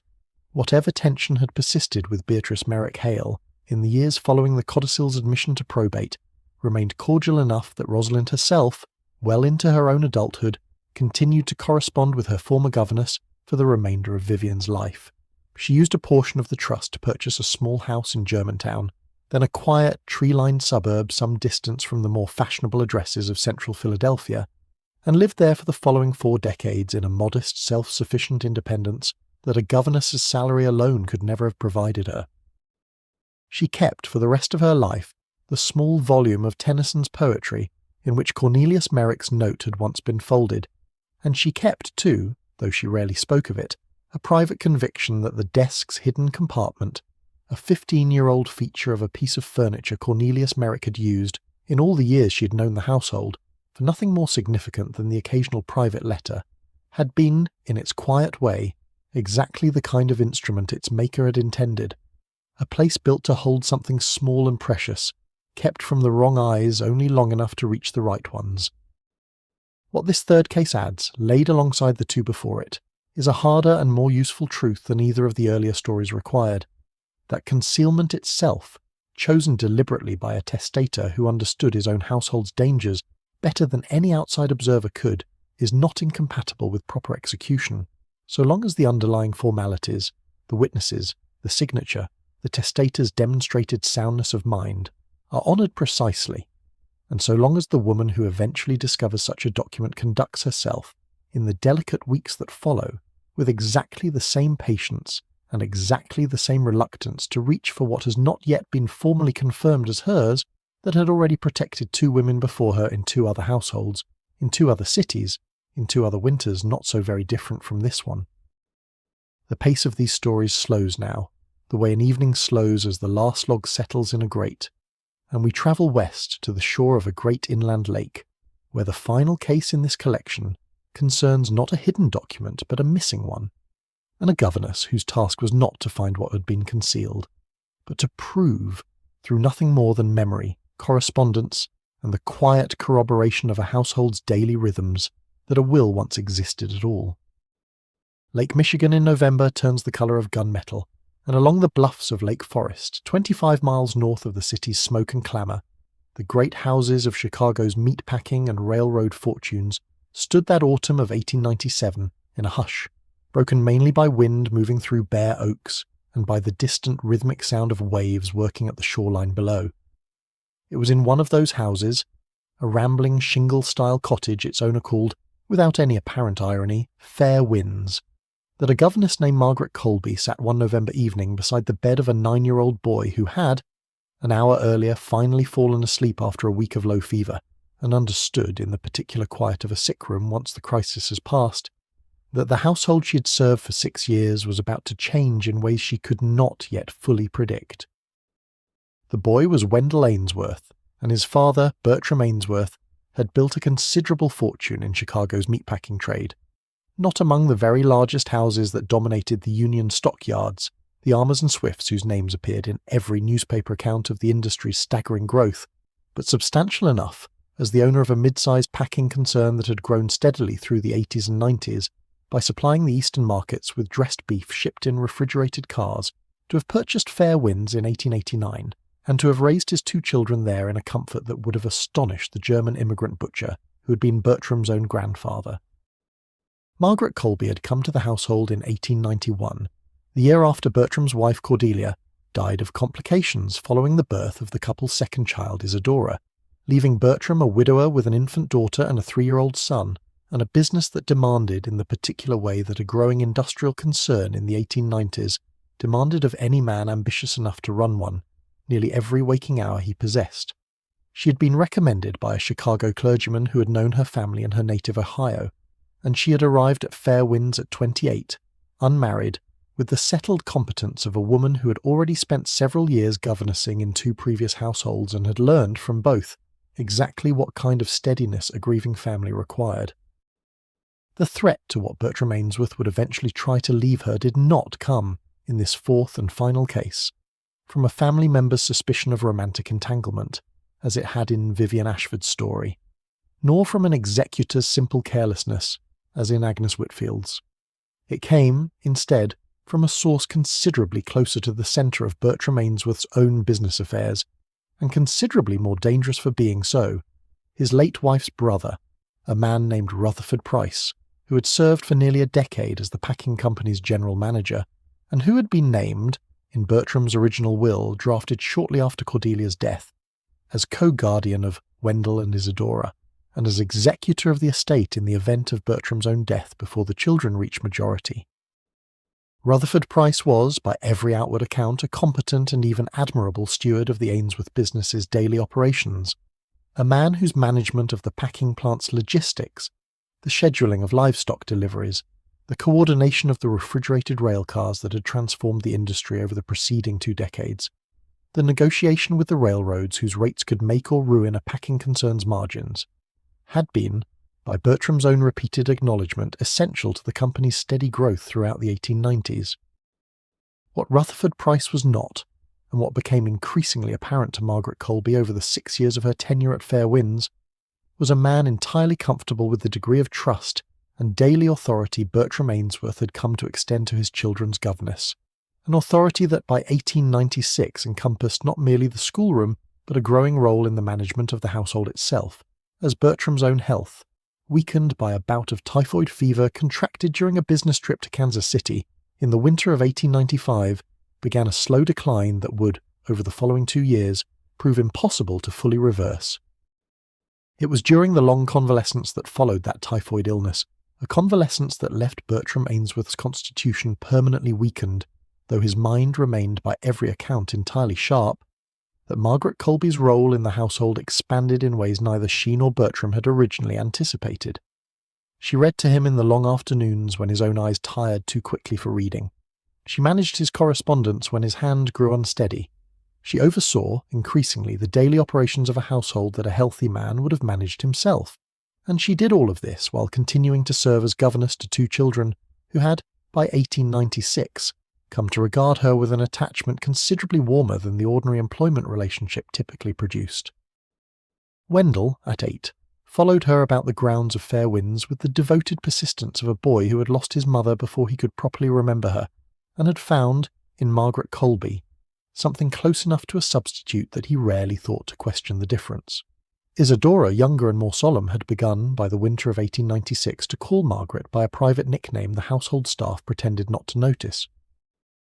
Bertram Ainsworth, watching all of this unfold over the 2 years of his declining health, arrived at a decision he communicated to his attorney, Mr. Selwyn Cabot of the Chicago firm Cabot & Reeves, in the spring of 1897. He wished to execute a new will, superseding the one drafted after Cordelia's death, that would provide, among its other provisions, a substantial bequest to Margaret Colby. Not merely a monetary sum, but a specific piece of income-producing real property, a 4-story commercial building near the corner of State and Adams that Bertram owned outright, separately from the packing business, and that generated a steady rental income from the shops and offices occupying its ground and upper floors. The building, known locally as the Marlow Block, had been purchased by Bertram in 1888, before his marriage, as an investment entirely separate from the packing concern, and it was this property, self-contained, clearly titled, uncomplicated by any claim from the business itself, that he chose as the vehicle for what he described to Selwyn Cabot, in language the attorney would later recount with precision from his own contemporaneous notes, as a debt to a woman who has, in every meaningful sense but law, been a second parent to my children since their mother's death, and who deserves an independence from this household that her wages alone could never provide her, whatever else may happen to me or to this family in the years ahead. The new will was executed on the 9th of April, 1897, in Selwyn Cabot's own office, with 2 of the firm's clerks serving as witnesses,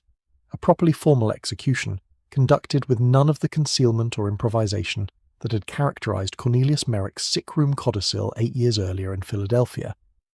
Bertram Ainsworth insisted, however, on one particular formality that Cabot noted as somewhat unusual, though not unprecedented in his own experience. Rather than lodging the sole original with the firm, as was the more typical practice,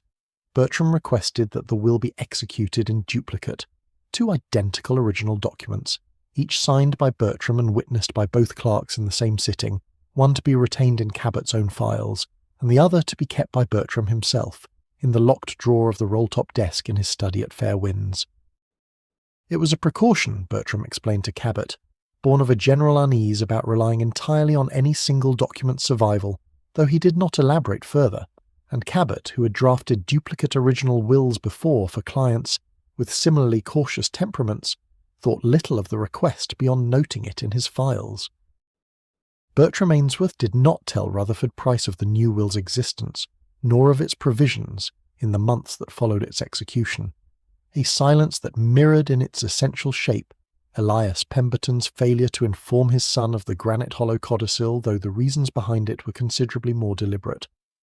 Bertram had, by the spring of 1897, come to harbour genuine reservations about his brother-in-law's suitability as sole executor of an estate that would, upon Bertram's own death, place both children's upbringing and a substantial fortune under Rutherford Price's control until Wendell reached his majority. Reservations rooted not in any specific evidence of dishonesty, but in a growing sense, difficult to articulate even in his own private correspondence, that Rutherford's interest in the packing business's continued operation under his own management ran somewhat ahead of his interest in the children's own welfare. Bertram intended, Cabot's notes indicate, to revisit the question of executorship in a further amendment once his health allowed for the additional consultation such a change would require. He did not live long enough to make that further revision. Bertram Ainsworth died on the 11th of December 1897, following a sudden and severe decline in the weeks after Thanksgiving, that his physician attributed to a final failure of the constitutional strength his body had never fully recovered after the typhoid illness 2 years earlier. He died at Fair Winds, in the house he had raised his children in, with Margaret Colby present at his bedside in the final hours, and with Rutherford Price, who had been staying at the house with increasing frequency throughout the autumn, as Bertram's decline accelerated present as well.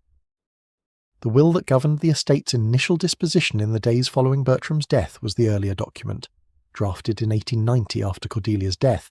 naming Rutherford Price as executor and co-guardian, and making no provision whatsoever for Margaret Colby beyond the ordinary courtesies extended to long-serving household staff, because the will executed the previous April in Selwyn Cabot's office, with its careful duplicate original provisions and its bequest of the Marlow block to Margaret Colby, could not, in the days and weeks immediately following Bertram Ainsworth's death, be found anywhere at all. The locked drawer of the roll-top desk in Bertram's study, where his own copy of the 1897 will had been kept since April, was found when Selwyn Cabot and Margaret Colby together requested access to it in the week after the funeral to contain a small collection of personal letters, a set of business papers relating to the Marlow block's ordinary operation, and nothing whatsoever resembling a will. And when Cabot returned to his own office to retrieve the firm's retained copy, the second of the two duplicate originals, which should have been sitting undisturbed in the firm's own fireproof vault, exactly where it had been filed the previous April, he discovered, to his genuine and considerable alarm, that Cabot and Reeves had itself undergone a significant disruption in the intervening months. Cabot's junior partner, Mr. Horace Reeves, had died suddenly of a stroke in September, and the firm's files, in the chaotic weeks that followed as Cabot absorbed his late partner's active matters and reorganised the practice's administration virtually alone, had been partially relocated to a storage annex the firm had leased in a building 2 blocks distant, pending a fuller reorganisation that Cabot, overwhelmed by the sudden burden of running the practice single-handed, had not yet found time to complete. It is worth pausing here, in the quiet middle of this final case, on the particular legal doctrine that Margaret Colby's situation now required, a doctrine considerably more demanding than any the 3 cases before this one had needed to invoke, because in each of those earlier stories, a properly executed document had eventually surfaced, whole and legible, and the contest had concerned only its validity, not its very existence. What Margaret Colby faced, in the winter of 1897 and into the spring of 1898,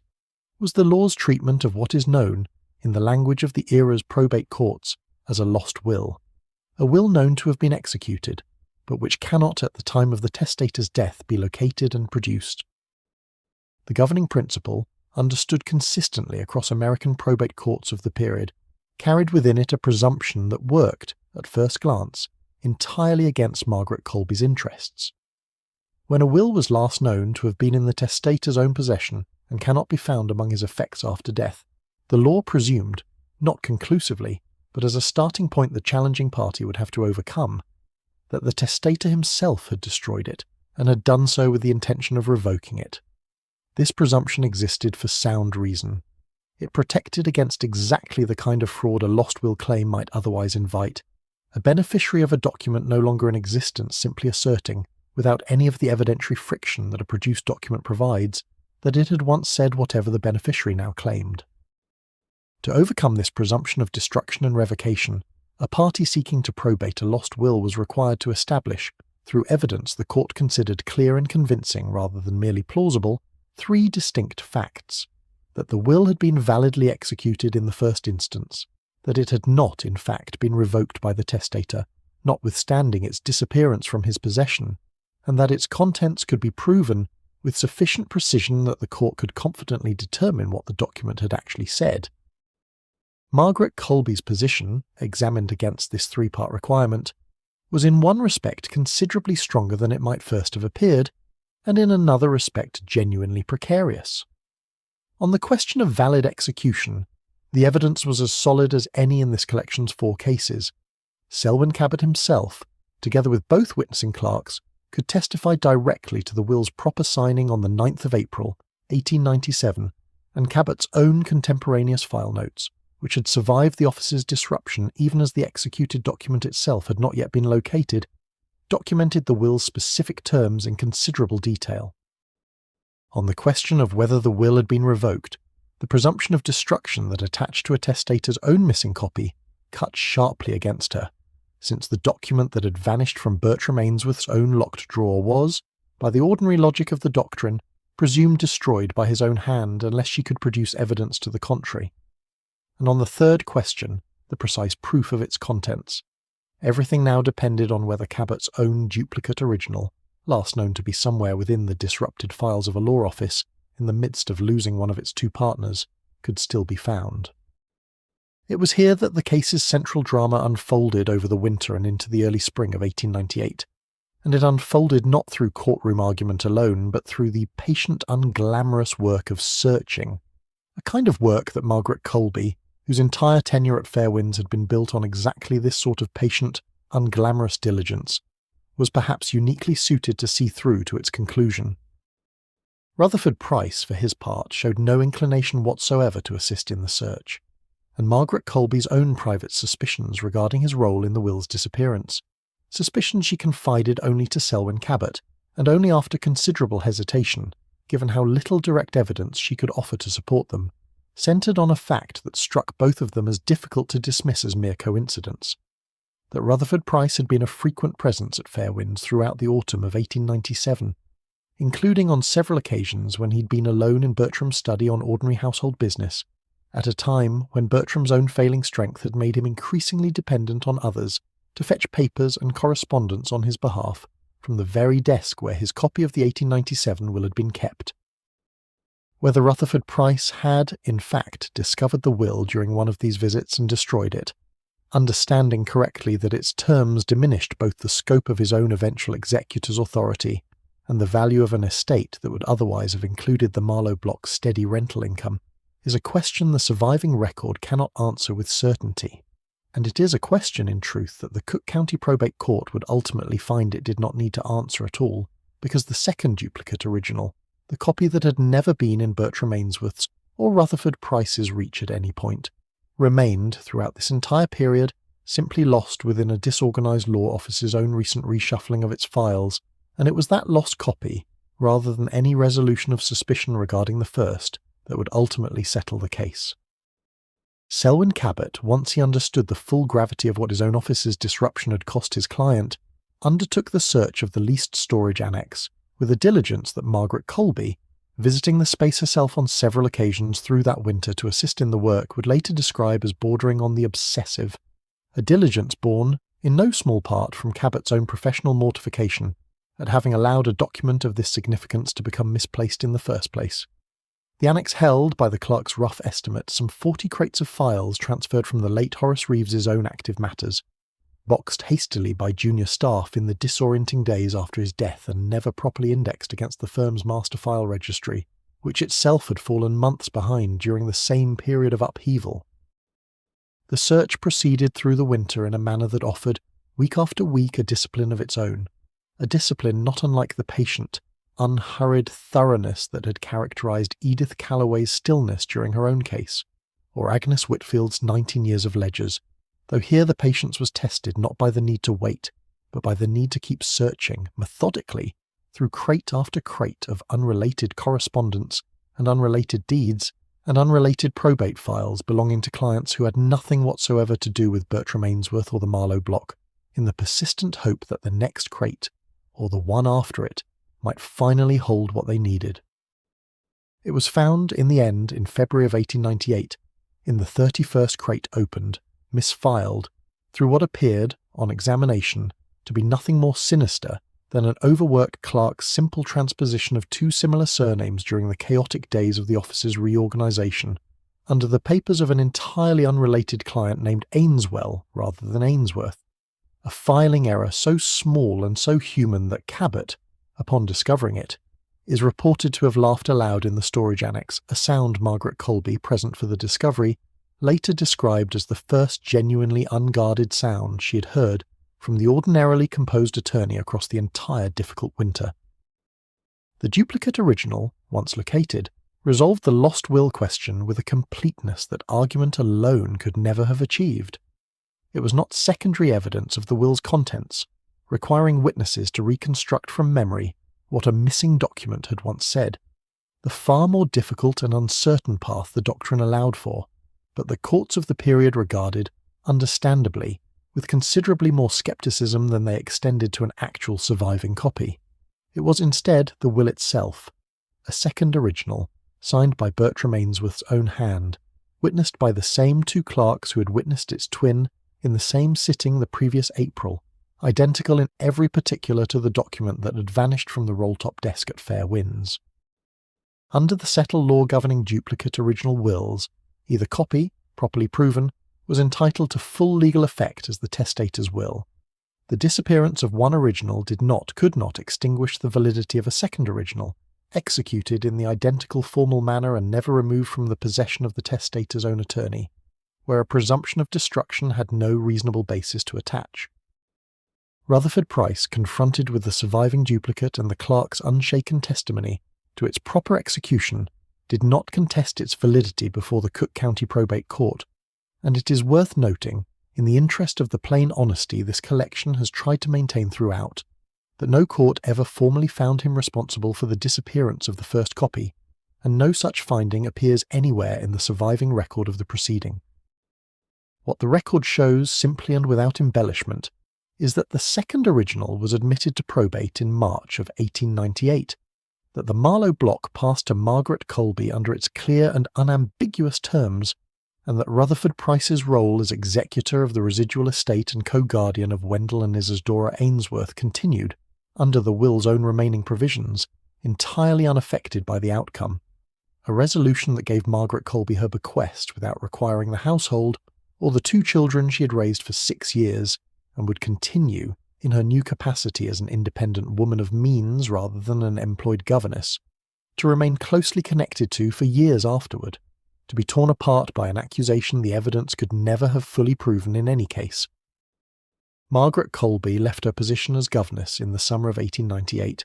though she did not leave Lake Forest entirely, taking a small house not far from Fair Winds and continuing, at Wendell and Isadora's own frequent request, and with Rutherford Price's evidently undiminished cooperation, to visit the household regularly through both children's remaining years of upbringing. The Marlowe block continued to generate its steady rental income from the shops and offices at State and Adams for the remainder of Margaret's life. Managed on her behalf by a rental agent she engaged directly and instructed, in a habit she never entirely broke, with the same careful, unhurried precision she had once brought to a schoolroom's daily lessons. What this final case adds to the 3 before it, and what makes it in some ways the most instructive of the 4, is the demonstration of how thoroughly the law's own formalities, not sentiment, not sympathy, not even in the end a full resolution of who bore responsibility for a document's disappearance, could still protect a bequest even when the document itself was, for a time, entirely and genuinely lost. It was not suspicion of Rutherford Price that saved Margaret Colby's inheritance. It was a second piece of paper, signed in the same sitting as the first, filed under a careful attorney's caution that at the time seemed, even to the attorney himself, only a modest and somewhat unusual precaution. And it was the patient, unglamorous work of searching through 40 crates of misfiled papers, one folder at a time, until a clerk's small and entirely human error was finally quietly corrected. There is a further thread to Margaret Colby's story worth following before the fire in this final case burns all the way down, because the 6 months between Bertram Ainsworth's death and the discovery of the misfiled duplicate were not for her a period of idle waiting, any more than the equivalent months had been idle for the women in the 3 cases before this one. And the particular texture of how she spent that winter tells us something about the courage such waiting actually required, courage of a quieter and less dramatic kind than the word usually suggests. She continued throughout that entire winter to serve as governess to Wendell and Isadora, in a household now under Rutherford Price's direct administration as executor, and she did so without any certainty whatsoever that the will naming her the Marlowe block's heir would ever be found, or that her own position in that household would not, at some point in the coming weeks, become untenable if Rutherford Price's suspicion of her hardened into open hostility. She rose each morning and taught Wendell his lessons and helped Isadora with her needlework, and managed the small daily rhythms of 2 children's grief for a father they had lost far too young, and she did all of this while carrying, privately, the knowledge that a document existed somewhere. She could not say where, only that it must exist because Selwyn Cabot's own notes and the clerk's own memories confirmed it had been signed, and that the entire question of her future independence rested on whether a law office 2 blocks from the loop could locate one folder among 40 disorganized crates before the estate's proceedings moved forward without it. It would have been easy, in those months, for Margaret Colby to press the matter more forcefully than she did, to write repeatedly to Cabot demanding progress, to raise the question directly and pointedly with Rutherford Price, to allow the children to see, even inadvertently, the strain such uncertainty might reasonably have produced in her. She did none of this. Wendell and Isadora, by every account preserved in the household's later correspondence, remembered that winter as one of unusual steadiness on Margaret's part, a steadiness neither child understood, until they were considerably older, had been maintained across a period when their governess's own future hung on the outcome of a search she had no power to hasten,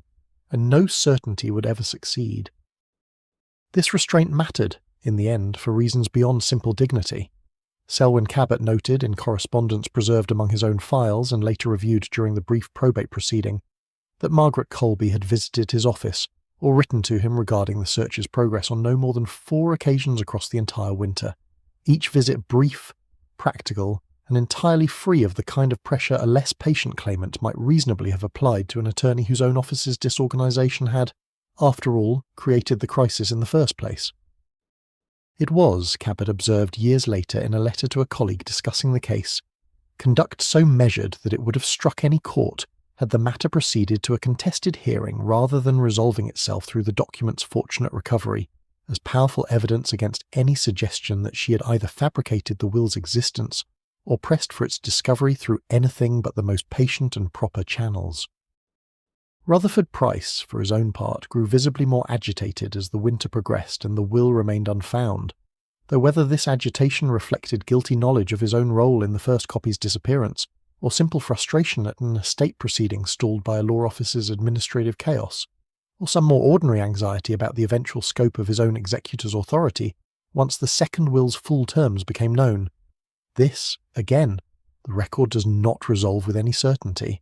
and it is worth resisting the temptation, in recounting these stories, to claim a certainty the evidence itself never provided.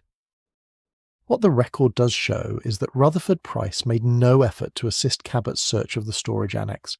declined an invitation from Cabot to review the annex's contents himself in case his own familiarity with Bertram's business affairs might help identify relevant files more quickly, and expressed, on at least 2 occasions documented in Cabot's correspondence, a preference that the estate simply proceed to distribution under the earlier 1890 will, on the theory that a document which could not be produced should not be permitted to delay the settlement of an estate 2 young children depended upon. It was Selwyn Cabot's own professional integrity, his refusal to allow his office's disorganisation to become, in effect, a mechanism for quietly extinguishing a client's clearly documented final wishes, that kept the search alive through that difficult winter, and it is worth pausing on this too before the case closes, because it complicates any simple reading of these 4 stories as narratives in which the governess alone secures her own inheritance through her own unaided persistence. In every case in this collection, a disinterested professional, an attorney, a physician, a clerk, played some essential role in the outcome, not because any of the 4 women lacked the capacity to advocate for themselves, but because the law of the period, whatever its considerable flaws in matters touching women's independent legal standing more broadly, nonetheless built into the machinery of probate a set of formal safeguards: witnessed execution, attorney custody of documents, the sworn testimony of disinterested parties, that functioned, when honoured by the professionals responsible for maintaining them, as a kind of quiet institutional support for exactly the sort of vulnerable, contested bequest that a hostile family member might otherwise have simply been able to make disappear. The Marlowe block stands, in a considerably altered form after decades of Chicago's own relentless rebuilding, on the same corner today, though nothing above its foundation would be recognisable to the 4-story structure Bertram Ainsworth once owned. Margaret Colby's own management of the property, once it finally passed to her in the spring of 1898, was as careful and unhurried as everything else in her long tenure at Fairwinds had been. She retained the same rental agent for over 20 years, corresponded with him monthly regarding the building's tenants and repairs, and used the property's income, in the decades that followed, to fund not only her own comfortable independence but a modest and largely unpublicised programme of scholarships for the daughters of Lake Forest's own domestic staff, a fact that emerges only obliquely from her own private papers, never announced, never sought out for any recognition beyond the quiet satisfaction of the thing itself. There is one more house to visit before this collection closes, and it carries us to the low country of coastal Georgia, to a city of live oaks and iron balconies, where the threat to a governess's quiet inheritance came not from a hidden document or a missing one, but from a right the law granted automatically to a wife who had done almost nothing at all to earn the household's trust, and that very nearly swallowed a bequest belonging to a woman who had earned a great deal of it. Savannah in late spring carries a particular weight in its air, heavy with the scent of jasmine and the salt breath of the river, and it was in a house on one of the city's shaded squares in the spring of 1893 that a governess named Prudence Marsh sat on the gallery in the last hour before supper, listening to the low murmur of her two young charges reciting their evening verses, and understood with the same quiet attentiveness that had served her throughout 8 years in that household that the man who employed her did not have very much longer to live. Augustus Fairweather had built his fortune in the coastal shipping trade, moving cotton and naval stores out of Savannah's harbour to markets in New York and Liverpool through 3 decades that had carried him from a modest clerkship in his father's small brokerage to ownership of one of the city's more substantial shipping concerns. He had married, in 1873, a young woman named Eleanor Prescott, the daughter of an old Savannah family whose social standing considerably exceeded its remaining fortune, and their marriage had produced 2 children, a son, Augustus Jr., known in the household as young Gus, and a daughter, Cecilia, before Eleanor's death from a fever in 1885 left Augustus a widower with 2 children still young enough to require a governess's full attention. Prudence Marsh arrived in the household later that same year, recommended by a family connection in Charleston, and remained for the better part of a decade, through young Gus's departure for preparatory school in 1891, and Cecilia's continued education at home, in an arrangement that had by the early 1890s settled into the same comfortable, unremarkable rhythm that characterized every long governess's tenure recounted in this collection. She was 34 in the spring of 1893, unmarried, and had come, over 8 years, to occupy in the Fairweather household a position of trust that extended well beyond the schoolroom, managing, in the final 2 years of Augustus's declining health, a considerable share of the household's daily affairs. What complicated Prudence Marsh's position, in a manner none of the 4 women before her in this collection had needed to contend with, was the presence of a second Mrs. Fairweather, a young woman named Cornelia Ashworth Fairweather, whom Augustus had married in 1889, 4 years after Eleanor's death, in a match that had raised a certain amount of quiet comment in Savannah society, given that Cornelia was not yet 22 at the time of the marriage, some 20 years younger than her new husband, and had come to the union from a family in Baltimore with considerably more social ambition than settled fortune of its own. The marriage, whatever its origins, had not proven a warm one. Cornelia Fairweather found the pace and society of Savannah considerably less to her taste than she had anticipated, and had spent an increasing portion of each year, from 1891 onward, travelling in Europe, first with an aunt, and then, by 1892, largely on her own, in a pattern of extended absence that Augustus himself had come, in his private correspondence with his own attorney, to describe with a resignation that suggested the marriage's practical warmth had cooled considerably faster than its legal bonds. Cornelia had produced no children of her own, and her relationship with young Gus and Cecilia, both considerably closer in age to her than to their own father, remained throughout the marriage a distant and largely formal one, conducted mainly through the polite correspondence exchanged during her long absences abroad. It was against this backdrop, a young, largely absent second wife with no particular attachment to her stepchildren, and a governess who had, over 8 years, become the far more constant and trusted adult presence in those same children's daily lives, that Augustus Fairweather, whose own health had begun a decline in the winter of 1892, that his physician attributed to a weakening of the heart, not unlike the condition that had claimed Josiah Ashcombe some years earlier and some distance to the north, resolved to secure Prudence Marsh's future with a bequest of her own. The property he settled on was a small townhouse and walled garden on a lane off one of Savannah's shaded squares, known in the family's own informal usage as Laurel Cottage, which Augustus had purchased some years earlier, before his second marriage, as a quiet retreat from the busier household on the main square, and which he now wished to convey to Prudence Marsh outright, together with a modest income sufficient to maintain it, in recognition of 8 years of care he described, in language his attorney would later record with precision, as service that asked nothing beyond what duty required, and gave, in every particular considerably more. It was here that Augustus Fairweather's own attorney, a careful and long-practising Savannah lawyer named Elias Tatnall, raised a complication that none of the attorneys in the 4 cases before this one had needed to address so directly, and that turned this final case's central procedural drama toward a legal mechanism entirely distinct from the codicils, ledgers, and duplicate wills that had protected the 4 women before Prudence Marsh, the right of dower. Dower, under the common law inherited into Georgia's own property statutes and still very much alive throughout the period these stories span, was a right that attached automatically, by operation of law rather than by any document a husband chose to execute, to a wife's marriage itself. Upon her husband's death, a widow was entitled, as a matter of law rather than testamentary generosity, to a life estate in 1/3 of the real property her husband had owned at any point during their marriage, a right that existed independently of whatever a husband's will might say, and that could not, as a general matter, be defeated by a mere testamentary bequest of the same property to someone else. A husband could leave a piece of land to whomever he wished in his will, but if his wife had not formally released her dower interest in that specific property during his lifetime, she retained, upon his death,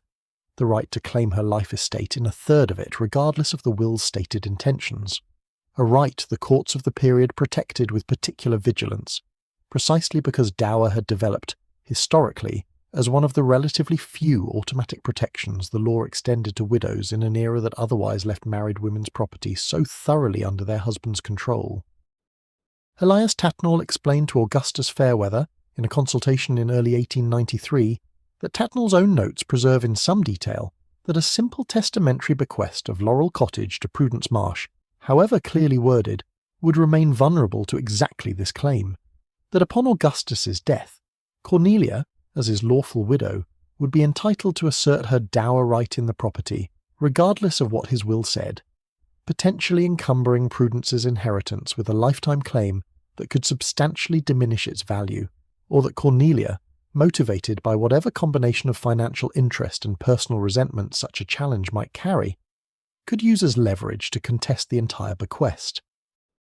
The solution Tatnall proposed, and that Augustus Fairweather ultimately pursued, was to avoid the will entirely as the instrument of conveyance, and to transfer Laurel Cottage to Prudence Marsh through a deed executed during his own lifetime, a gift made and completed while he still lived, rather than a bequest to take effect only upon his death, because a wife's dower right, while it attached automatically to property owned during the marriage, could be formally released through her own voluntary participation in a deed conveying that specific property away, executed with a set of formalities the law required precisely to ensure that any wife relinquishing so significant a right did so freely and not under pressure from a husband eager to move property beyond her eventual reach. Those formalities, in Georgia as in most American jurisdictions of the period, centered on what the law termed a wife's separate or privy examination, a requirement that before a married woman's release of dower on a deed could be considered valid, she had to be examined apart from her husband by a notary public, judge, or other authorized officer who was required to explain the nature and effect of the document to her privately, outside her husband's presence and hearing, and to satisfy himself through direct and private questioning that she understood what she was relinquishing and was doing so of her own free will, uninfluenced by any coercion her husband might otherwise have applied. Only once this separate examination had been conducted, and the examining officer had certified in writing that it had been properly performed,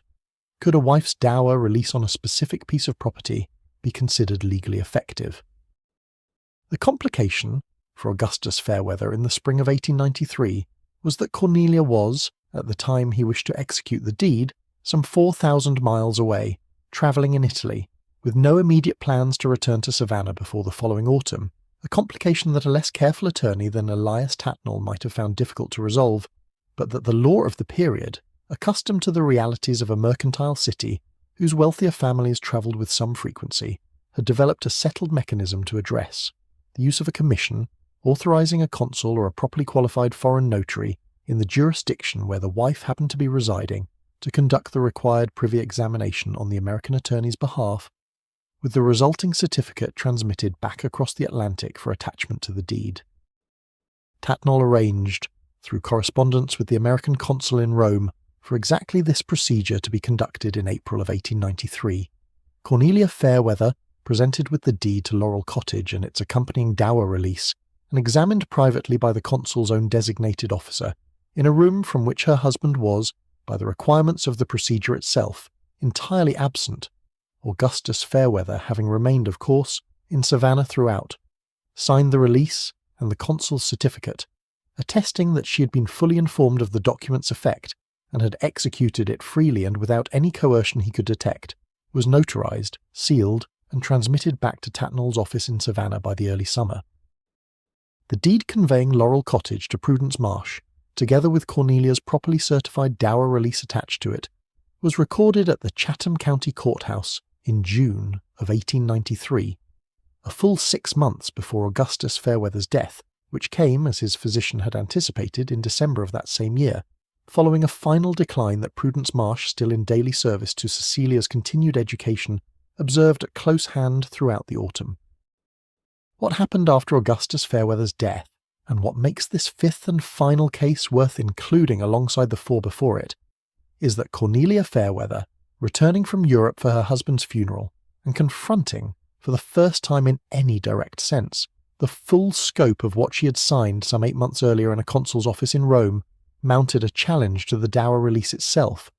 not to the deed's validity as a conveyance, which she did not dispute, but to the propriety of the examination that had accompanied it, alleging through an attorney she retained shortly after her return that the privy examination conducted by the consul's designated officer had been inadequate to the law's requirements, that she had not, in fact, been given a full and separate opportunity to understand the document's effect, that the examination had been conducted hastily, in a language of legal formality she had found difficult to follow fully, and that she had signed the release without truly comprehending that she was relinquishing permanently any future claim on a property her husband might otherwise have left encumbered by her dower interest. This was, in the language of the period's property law, a direct challenge to the examination's validity, rather than to the deed's underlying terms, and it required the Chatham County Superior Court, in proceedings that unfolded through the spring of 1894, to examine with considerable care exactly what had transpired in that Roman consular office nearly a year earlier, a task complicated in ways the 4 cases before this one had not been complicated, by the fact that the key witness to the examination's propriety, the consul's designated examining officer, resided permanently in Italy and could not easily be brought before a Georgia courtroom to testify in person. Elias Tatnall defending the deed's validity on Prudence Marsh's behalf, for it was Prudence, as the deed's beneficiary, who bore the practical burden of defending it once Cornelia's challenge was filed, proceeded through a combination of documentary evidence and deposition testimony that the law of the period had developed specifically to address exactly this kind of transatlantic evidentiary difficulty. The consul's own contemporaneous certificate, executed and sealed at the time of the examination itself rather than reconstructed afterward from memory,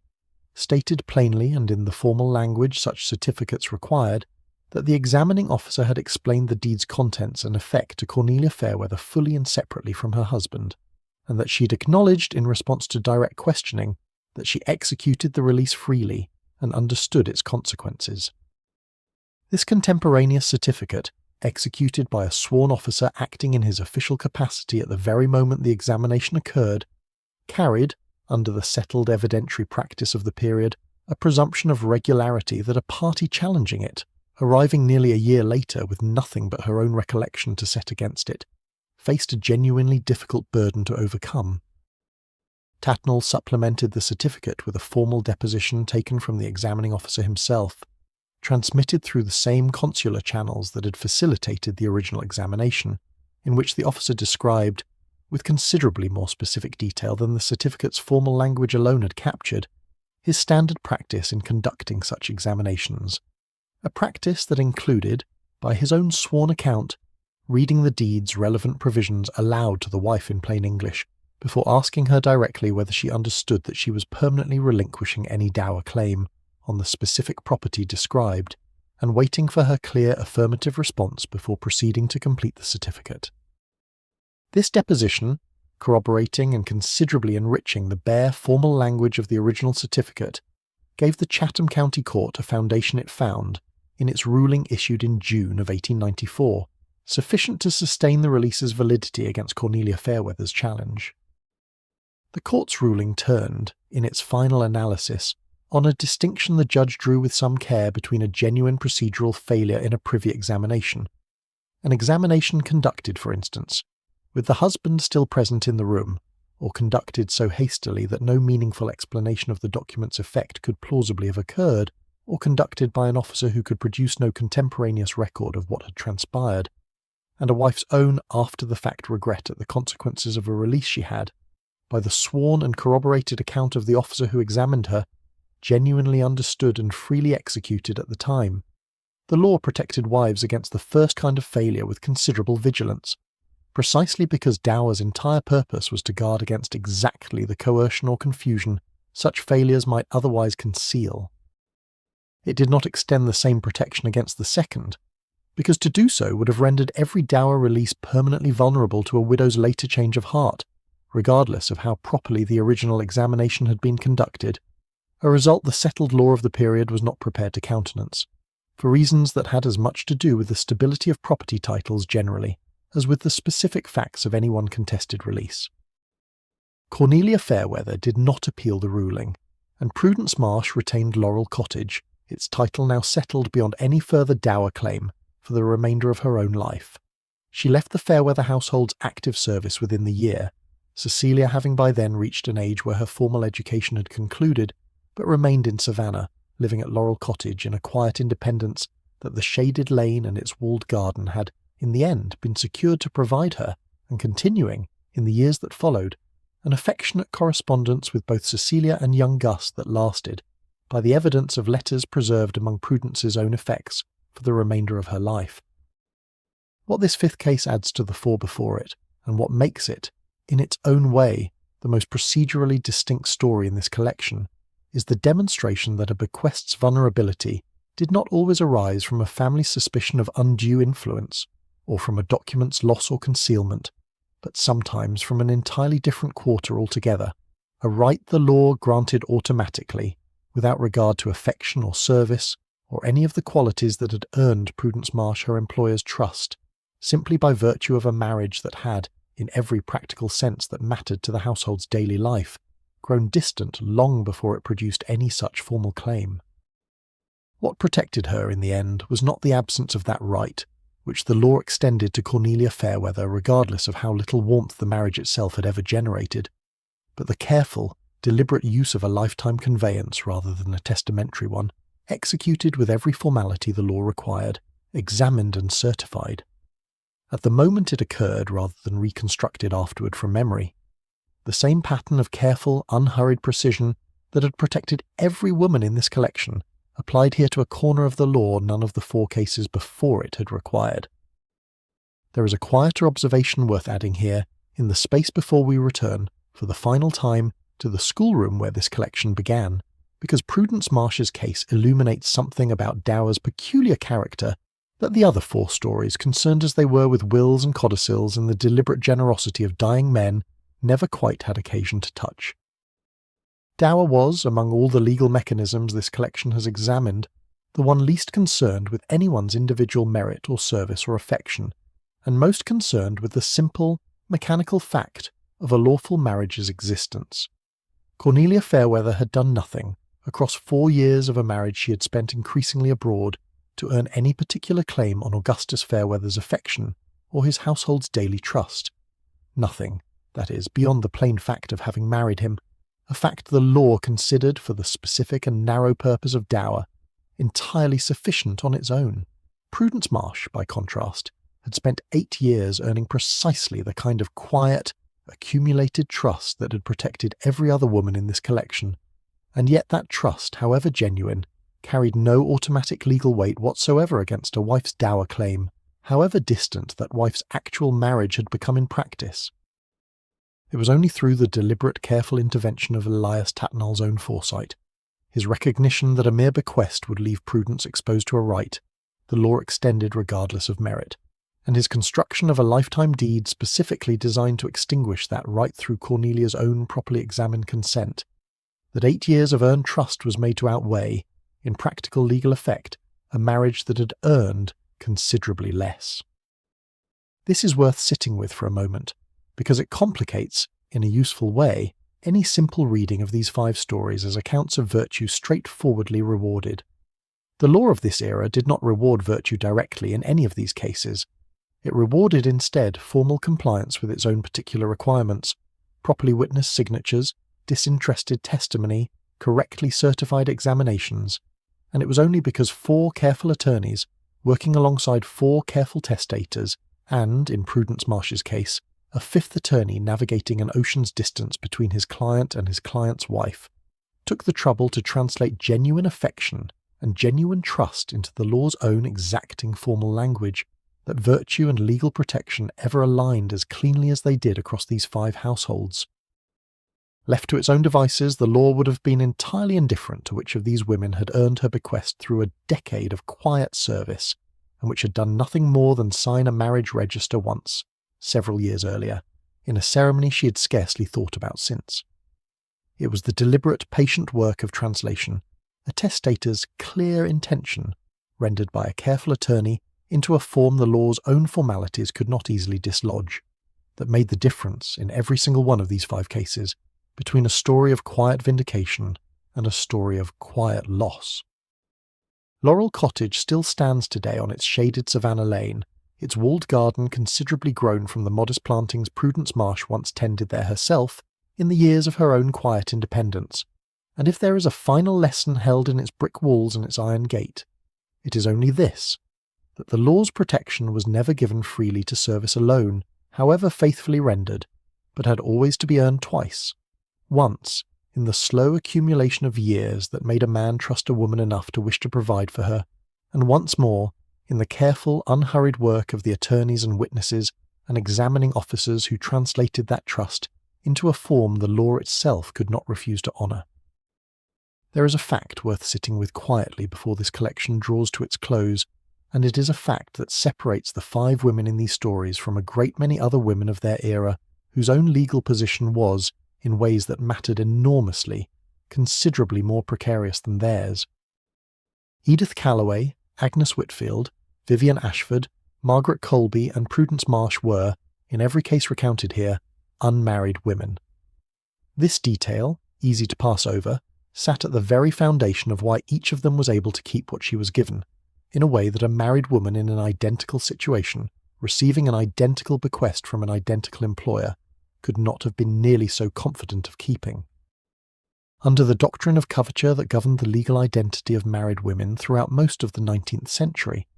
a wife's independent legal existence was, in the plain language the courts of the period actually used, suspended for the duration of her marriage. She could not, in most jurisdictions and for most of the century, enter into a binding contract in her own name. She could not, without her husband's involvement or consent, retain an attorney to represent her own interests. Property that came to her, through inheritance, through gift, through the ordinary course of a family's generosity,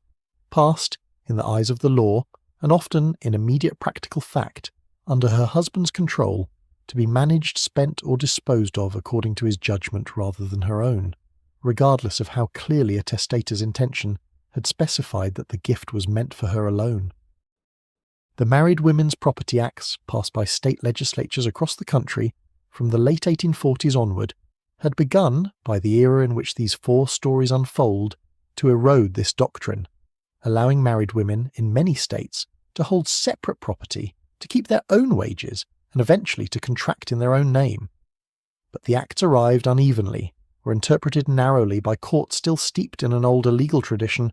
and for a great many married women, especially those still under the direct financial dependence of a husband who controlled the household's practical resources,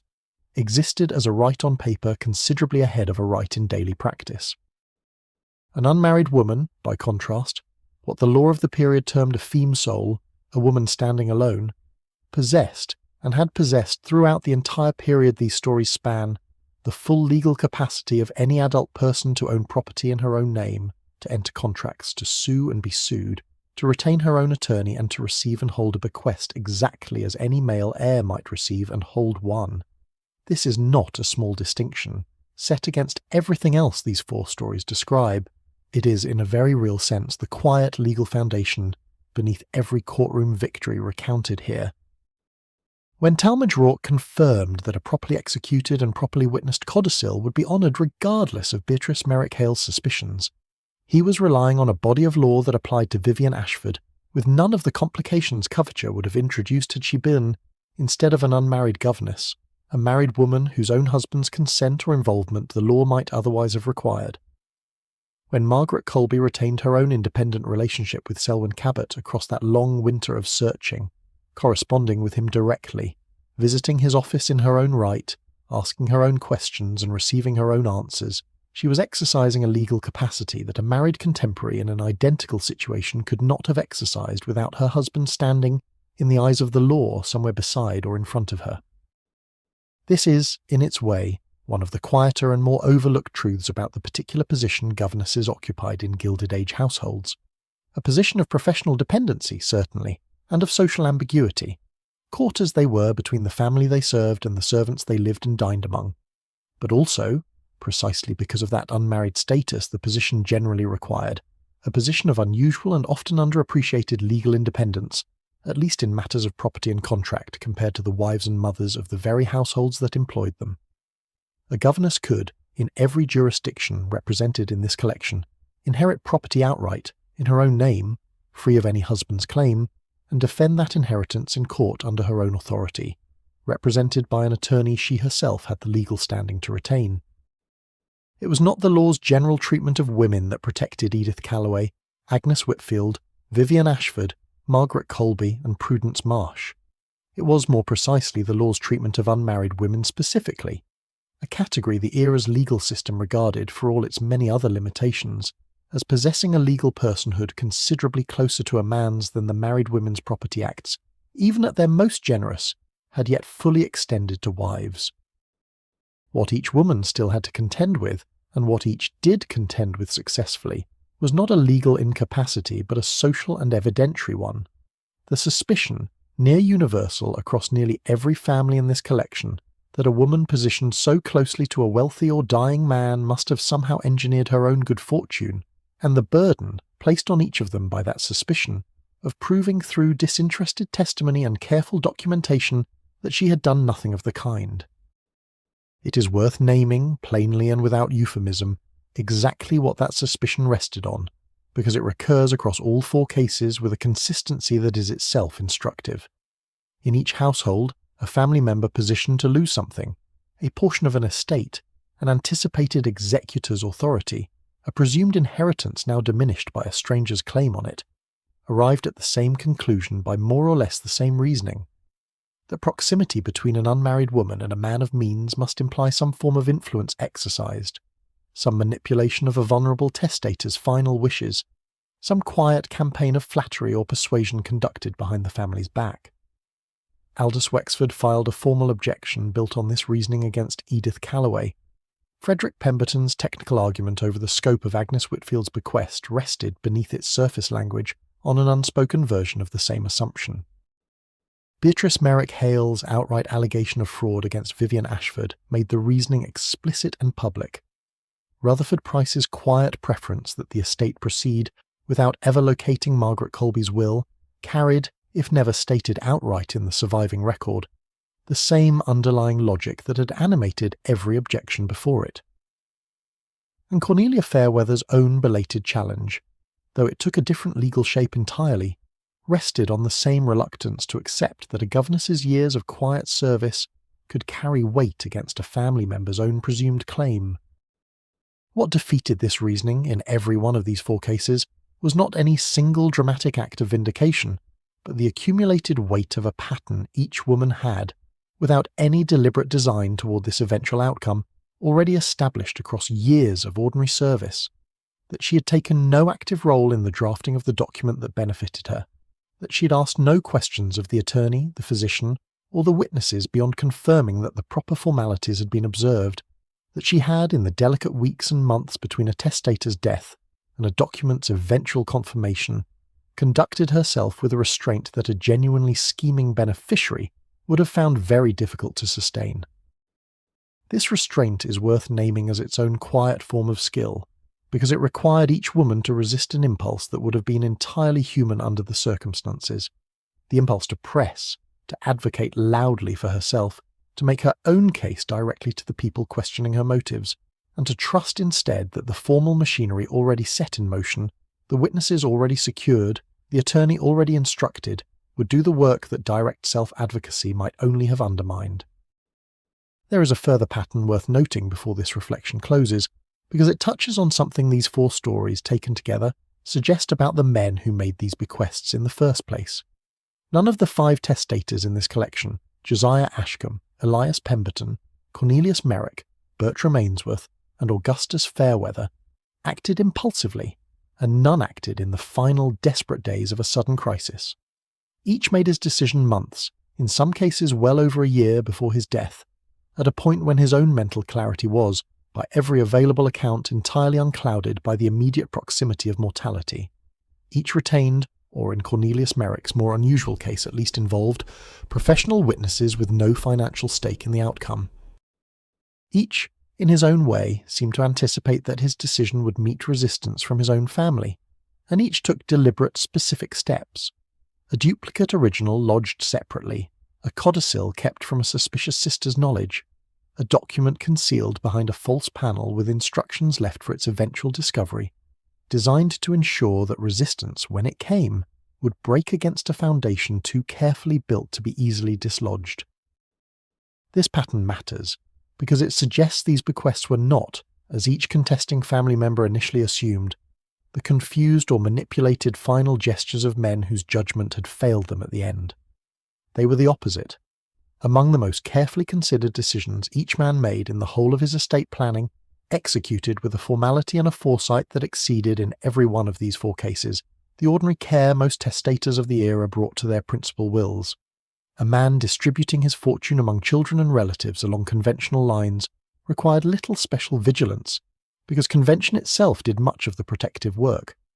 A man attempting to direct a meaningful portion of his estate outside that convention, toward a woman his own family was likely to view with suspicion, required, and in every case here, provided, considerably more. There is one final thread worth pulling before we return, at last, to the quiet parlour where this collection began. Each of these 5 women, once her inheritance was secured, used it in ways that extended in their own understated fashion the same quiet care that had first earned her the bequest. Edith Calloway kept Willow Bend as a working farm and negotiated its harvest terms herself, year after year, without any dramatic transformation of her own modest habits. Agnes Whitfield continued keeping a ledger of Granite Hollow's operations for the rest of her working life, out of what can only be described as habit rather than necessity. Vivian Ashford used her trust to purchase a small house, and lived within it for 4 decades in the same self-sufficient independence she had practiced throughout her years of service. Margaret Colby funded quietly and without any public credit sought an education for the daughters of the very domestic staff whose ordinary working lives most resembled the one she herself had left behind. And Prudence Marsh tended the walled garden at Laurel Cottage herself year after year, with the same unhurried patience she had once brought to a schoolroom's daily lessons, opening it each spring by long-standing local custom to the children of the lane for an afternoon no grander than tea and lemonade among the laurel hedges. None of them, in other words, used what they were given to escape the character that had earned it. They simply extended that character into a life that no longer required an employer's household to contain it, and that is, perhaps, the truest thread running beneath every story in this collection, that the quality which made each woman worth an inheritance in the first place was never diminished by receiving one, and that the law, imperfect and unevenly applied, as it so often was in matters touching women's independence during this era, could still, when its own formalities were honoured with sufficient care, protect exactly the kind of quiet, patient, undramatic trust that 4 dying men had each, in their own separate houses in their own separate winters, decided was worth protecting. It is worth pausing before this collection closes entirely on the smaller details that surrounded these 5 women in their daily lives, because the great turning points of each story, the codicils, the deeds, the courtroom rulings, unfolded against a backdrop of ordinary sensation that shaped their days as thoroughly as any legal document, and that deserves, in its own right, a moment of quiet attention. Consider first the correspondence that carried so much of the weight in these stories, the letters that move between attorneys and clients, between witnesses and courts, between women separated by an ocean or a mere 2 blocks of a disorganized law office. A Gilded Age letter of any formality was composed on heavy-laid paper, its surface faintly ribbed to the touch, folded and sealed in an era transitioning from wax to the gummed envelope, and addressed in the particular slanting hand that decades of copybook instruction had impressed on nearly every literate American of the period, a hand trained for uniformity, so that a stranger's letter and a familiar one often looked, at a glance, remarkably alike, and only the content, read closely, revealed whose voice actually lived inside it. Attorneys of the era, such as Talmadge Rourke and Elias Tatnall, kept their own correspondence in bound letterbooks, pressing a damp tissue against a freshly inked page to transfer a ghostly copy before the original went out in the post, a practice that preserved for later historians and for the probate courts these 5 cases eventually reached, a far more complete record of what had actually been written and when than any single surviving letter alone could have provided. Consider, too, the architecture that framed each of these 5 households, because it shaped the very geography of trust and concealment that runs through every case in this collection. The roll-top desk that held Bertram Ainsworth's own copy of his will, and the nearly identical desk that concealed Cornelius Merrick's codicil behind its false panel, were products of a specific and quite recent innovation in American furniture making. The tambour roll-top mechanism, patented and refined through the 1870s and 1880s, that offered, for the first time in a piece of furniture accessible to a broad range of prosperous households, a genuinely lockable, semi-private working surface, distinct from the older writing slopes and secretary desks of an earlier generation.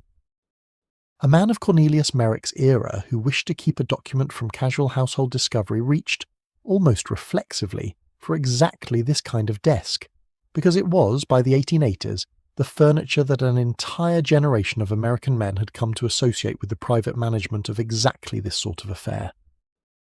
The houses themselves varied by region in ways that shaped each story's particular atmosphere. Ashcombe Hall, above the Hudson, belonged to the federal and Italianate tradition of River Valley estates, its rooms high-ceilinged and its windows deep-set against the valley's winter winds. The Mount Vernon Street townhouse in Boston belonged to the more restrained, brick-fronted tradition of Beacon Hill, its rooms narrower and its stairways steeper, built for a city where land itself had always commanded a premium a Hudson Valley landowner never needed to consider.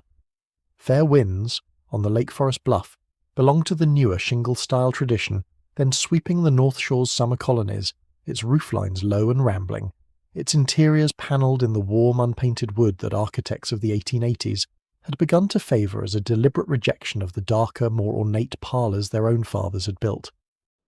And the house on Rittenhouse Square and the shaded Savannah Lane where Laurel Cottage stood behind its walled garden carried each their own distinct regional inheritance. Philadelphia's sober red brick and white marble steps, Savannah's ironwork balconies and deep shuttered galleries built to catch whatever breath of river air the Low Country's long summers allowed.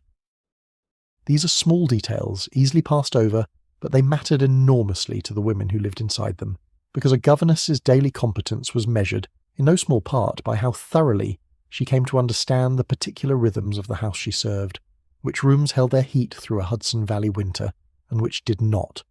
How a Savannah gallery caught the evening breeze in a way that made supper bearable in August, where in a Boston townhouse's narrow stairwell a careless step might be heard 2 floors below. This intimate, accumulated knowledge of a household's physical character was, in its own quiet way, inseparable from the trust each woman eventually earned, because a family does not come to rely on a governess's judgment in matters of ledgers and codicils without first having relied on her judgment in 1,000 smaller matters. Which nursery window let in a draught? Which servant could be trusted with a delicate errand? How to manage a household's daily comfort through the practical, unglamorous knowledge that living inside a place for years, rather than merely visiting it, alone provides. Consider, finally, the rituals of travel and social season that framed the wider world these 5 stories moved through, even when the stories themselves stayed close to a single house. Cornelia Fairweather's extended residence in Europe reflected a pattern common enough among prosperous American women of the period to have its own established infrastructure. Steamship lines running regular seasonal crossings, American consular offices in the major cities equipped to handle exactly the kind of legal formality a dower release eventually required, and an entire minor industry of couriers, bankers, and letter of credit arrangements built to sustain wealthy Americans through months or years of residence abroad. The divorce colonies and consular formalities that shaped the wider legal landscape of the era rarely touched these 5 households directly, but the same infrastructure of transatlantic correspondence and formal documentation that made a distant privy examination possible in Rome in the spring of 1893 belonged to a world these households understood intimately, because it was, in its ordinary form, simply how a family of their means conducted its correspondence, its banking, and its increasingly frequent travel across an ocean that had grown, by the 1890s, considerably less formidable than it had been even 20 years earlier. None of this texture changes the outcome of any single case in this collection, but it is worth remembering as we close that the 5 women whose stories we have followed lived their days inside these particular rooms, wrote their letters on this particular paper, and moved through a world whose physical and social rhythms shaped, in ways the legal record alone can never fully capture, the quiet, patient character that eventually earned each of them what she was given. It may be useful, before we let this collection rest for the night, to gather in one place the 5 distinct legal mechanisms that carried each of these stories to its resolution, because each mechanism, examined on its own, tells us something slightly different about how the law of this era actually protected, or failed to protect, a bequest that fell outside the ordinary lines of family inheritance.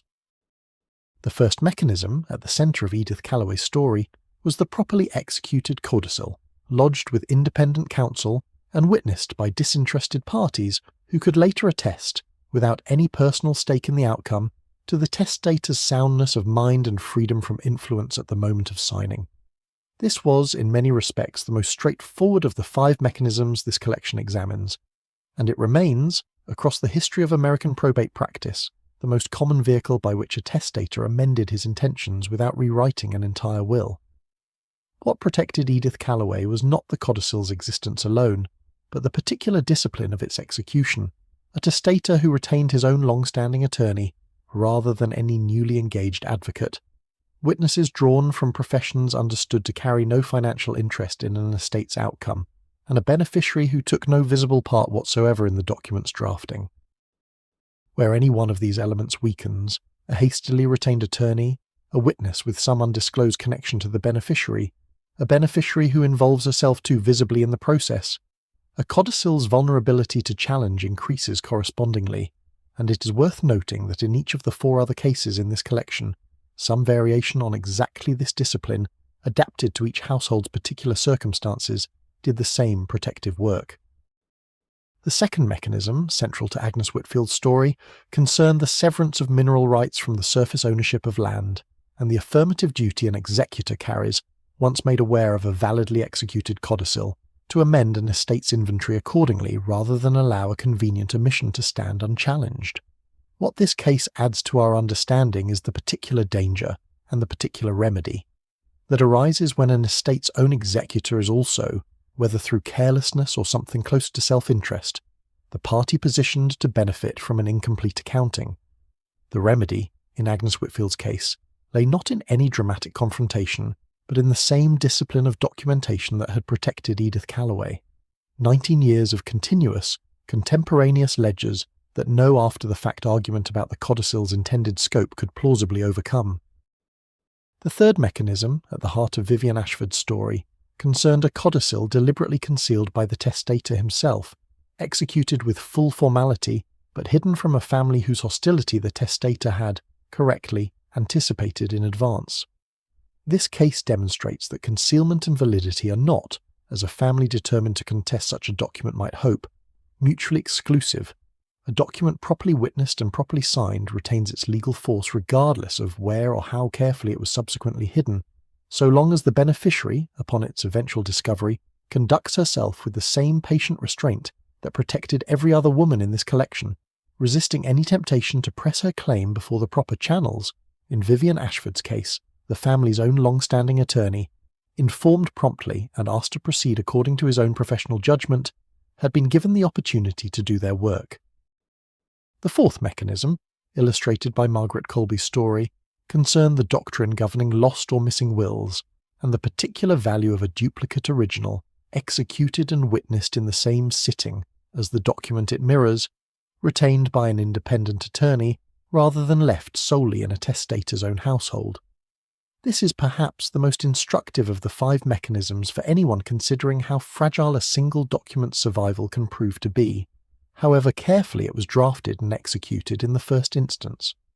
A will that exists in only one copy, however proper its execution, remains vulnerable to fire, to theft, to a hostile relative's opportunity and motive to make it disappear, and to the ordinary chaos of a law office reorganizing itself after an unexpected loss. A duplicate original, executed in the same formal sitting and retained in a second independent location, provides a redundancy that this case shows to be worth every bit of the modest additional trouble it requires. The fifth mechanism, central to Prudence Marsh's story, concerned dower, a right attaching automatically to marriage itself, entirely independent of any testator's stated wishes, and defeasible only through a wife's own properly examined and certified release, executed with formalities specifically designed to guard against coercion. This case demonstrates something the four before it did not need to address, that a bequest's greatest vulnerability sometimes arises not from a family's suspicion of the beneficiary at all, but from an automatic legal right that exists regardless of any individual's merit or affection, and that only a lifetime conveyance, rather than a mere testamentary one, could reliably extinguish. Taken together, these 5 mechanisms suggest a broader pattern about the law of this era that runs beneath every individual story in this collection, that the law's formalities, however imperfect and however unevenly applied, across different classes and circumstances of women, nonetheless offered real and durable protection to anyone willing to satisfy them precisely, and that the difference between a bequest successfully kept and one quietly lost turned again and again, not on sentiment or persuasion, but on whether a testator, an attorney, and a beneficiary had, between them, honoured every formal requirement the law demanded, with a patience that outlasted whatever suspicion or self-interest a contesting family member might bring against it. It is worth adding one final observation, because it touches on something these 5 stories, read together rather than separately, make visible in a way no single case could manage on its own, that in every instance, the woman at the centre of the story understood, whether through direct instruction from her employer, or through her own accumulated wisdom about how such matters were properly handled, that her own restraint was not merely a matter of good manners, but a genuine legal asset. Edith Calloway asked only whether the codicil had been done properly, and then asked nothing further. Agnes Whitfield brought her concern to the estate's own attorney rather than confronting the executor directly. Vivian Ashford took no part whatsoever in locating or verifying the codicil beyond what Dr. Penrose and Mr. Rourke themselves guided her toward. Margaret Colby visited Selwyn Cabot's office only 4 times across an entire winter of uncertainty. And Prudence Marsh, throughout the year between the deed's execution and Augustus Fairweather's death, made no attempt whatsoever to hasten or draw attention to an arrangement her employer's own attorney had already set in careful motion. This pattern, repeated across 5 entirely separate households, 5 separate decades, and 5 entirely distinct legal mechanisms, suggests something worth carrying away from this collection, beyond its individual stories. That in a legal and social world genuinely inclined to suspect a woman of manufacturing her own good fortune, the surest protection available to her was not louder advocacy but quieter patience, a willingness to let the formal machinery already in motion complete its own unhurried work, undisturbed by any appearance of eagerness that a hostile observer might too easily mistake for design.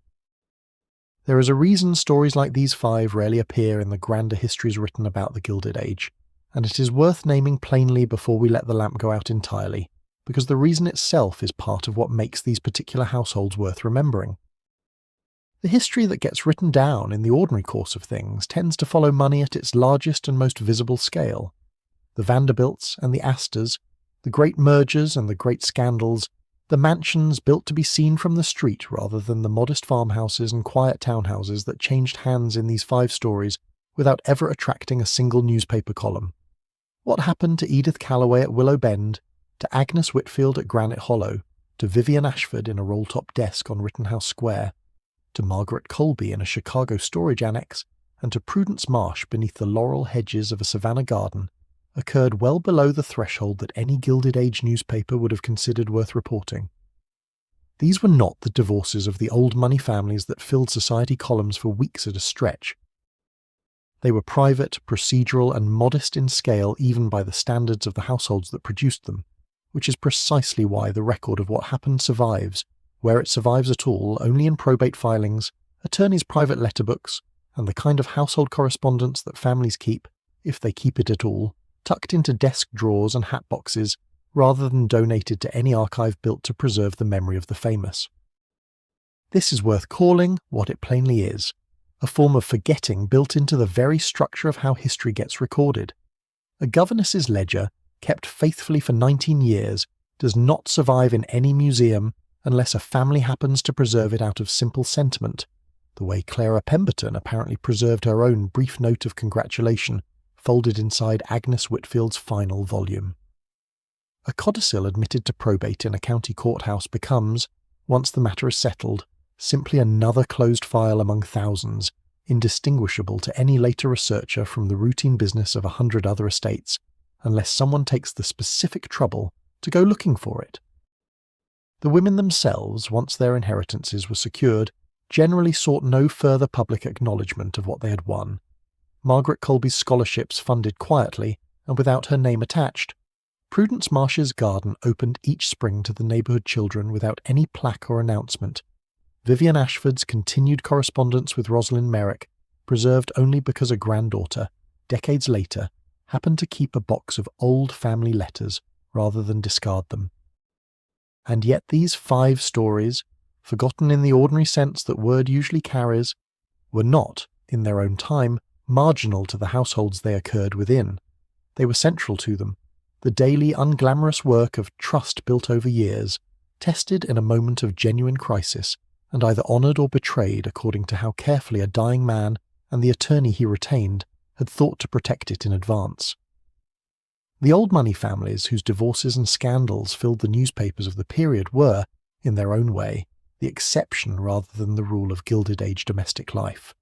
The rule, for every family of genuine means across this era, was something closer to what these 5 stories describe, a household of considerable complexity, run in no small part by women whose names rarely appeared on any deed or ledger, until, in these 5 particular cases, a testator's deliberate care ensured that they finally did.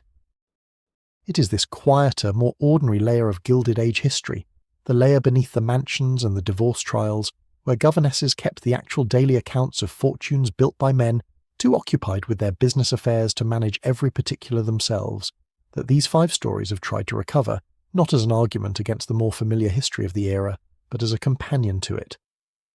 The marble halls and the transatlantic marriages tell one true story about how Gilded Age wealth displayed itself to the world. The roll-top desks and the county courthouses and the 19 years of quietly kept ledgers tell another, considerably less visible story about how that same wealth was actually managed day to day by the women closest to it, women whose names, in these 5 cases at least, were finally written down where the law itself could not refuse to honour them. The record of these 5 households is not complete, and it was never intended to be. What survives, a probate filing here, an attorney's letter book there, a granddaughter's preserved box of correspondence, is itself a kind of accident, the ordinary residue of paperwork that happened in these particular instances not to be discarded. There were, without any real doubt, a great many other governesses in a great many other Gilded Age households who were promised something similar and never received it, whose employers died before completing the formalities, or whose families successfully contested what a less careful attorney had drafted, or whose stories simply never reached any courtroom substantial enough to leave a written trace behind at all. These 5 stories are not, in other words, a representative sample of how such matters typically resolved. They are, more honestly, an account of the particular formalities that made success possible, in the handful of instances where every element, a deliberate testator, a careful attorney, disinterested witnesses, and a beneficiary patient enough to let the process work, happened to align. That alignment, rare as it may have been across the full breadth of Gilded Age households, is worth remembering precisely because it was rare, and precisely because it demonstrates that the outcome was never inevitable, in any of these 5 cases, from the moment a codicil was drafted or a deed was signed.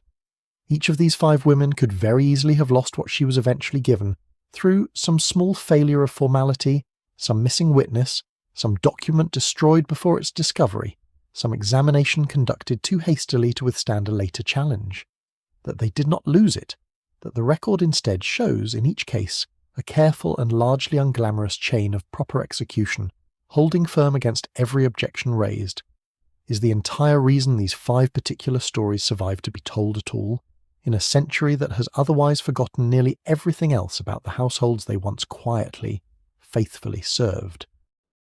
These 5 stories are not, as the previous chapter made plain, the only such arrangements that occurred across Gilded Age households, and it is worth pausing on a small handful of further echoes before this collection rests entirely, not as full cases in their own right, but as brief glimpses of the same pattern recurring in other houses, other cities, other quiet winters. In a household along the Delaware not far from where Vivian Ashford once served, a family's own household ledgers from the 1880s record, in an entry that a later descendant preserved more out of habit than any particular interest in its significance, a small quarterly payment made per Mr. Aldworth's instruction to Miss Hensley in continuance of the arrangement, a phrase so deliberately vague that it reveals almost nothing of its own circumstances, except that some arrangement, evidently understood well enough by the household's own bookkeeper not to require further explanation, had been quietly honoured across a period of years following a testator's death. Whether Miss Hensley's arrangement rested on a codicil, a lifetime trust, or some informal understanding the family simply chose to honour without any legal compulsion at all, the surviving record does not say, and it is precisely this kind of incomplete, half-visible trace that makes the fuller stories in this collection, Edith Calloway's, Agnes Whitfield's, Vivian Ashford's, Margaret Colby's and Prudence Marsh's, worth telling in their complete form where the record allows it. In a mill town in the Berkshires, a probate filing from 1891 preserved among the county's own surviving records shows a brief and largely unremarkable notation. A small parcel of land, valued modestly against the scale of the estate it was carved from, passing to E. Marchetti, Governess, per codicil dated March 3, 1890. 5 words of formal legal language that, examined closely, tell us a testator amended his will specifically to provide for a governess, that the amendment took the form of a codicil rather than a full rewriting of his existing will, and that it survived, evidently without significant challenge, to be recorded in the county's own official inventory. Nothing further about Miss Marchetti's circumstances, her tenure in the household or the family's reaction to the bequest survives in any record a search of the county's archives has yet turned up, and she stands, in this collection, as a kind of silent counterpart to Edith Calloway, a woman who very likely followed a nearly identical path, protected by nearly identical formalities, but whose fuller story has simply not survived to be told in the detail these 5 households happen to allow.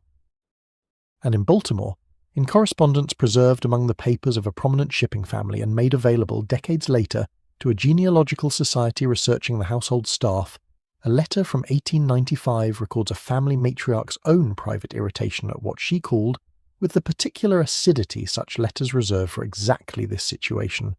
Papa's fondness for Miss Reardon, made rather too plain in the codicil none of us were permitted to see in advance, a single sentence that captures in miniature the entire emotional architecture running beneath every story in this collection, a family's surprise, its resentment, and its evident inability, whatever private grievance it continued to nurse in its own correspondence, to actually overturn a codicil that had, by every indication the letter itself provides, been executed with sufficient care to withstand whatever objection the family privately wished it could raise.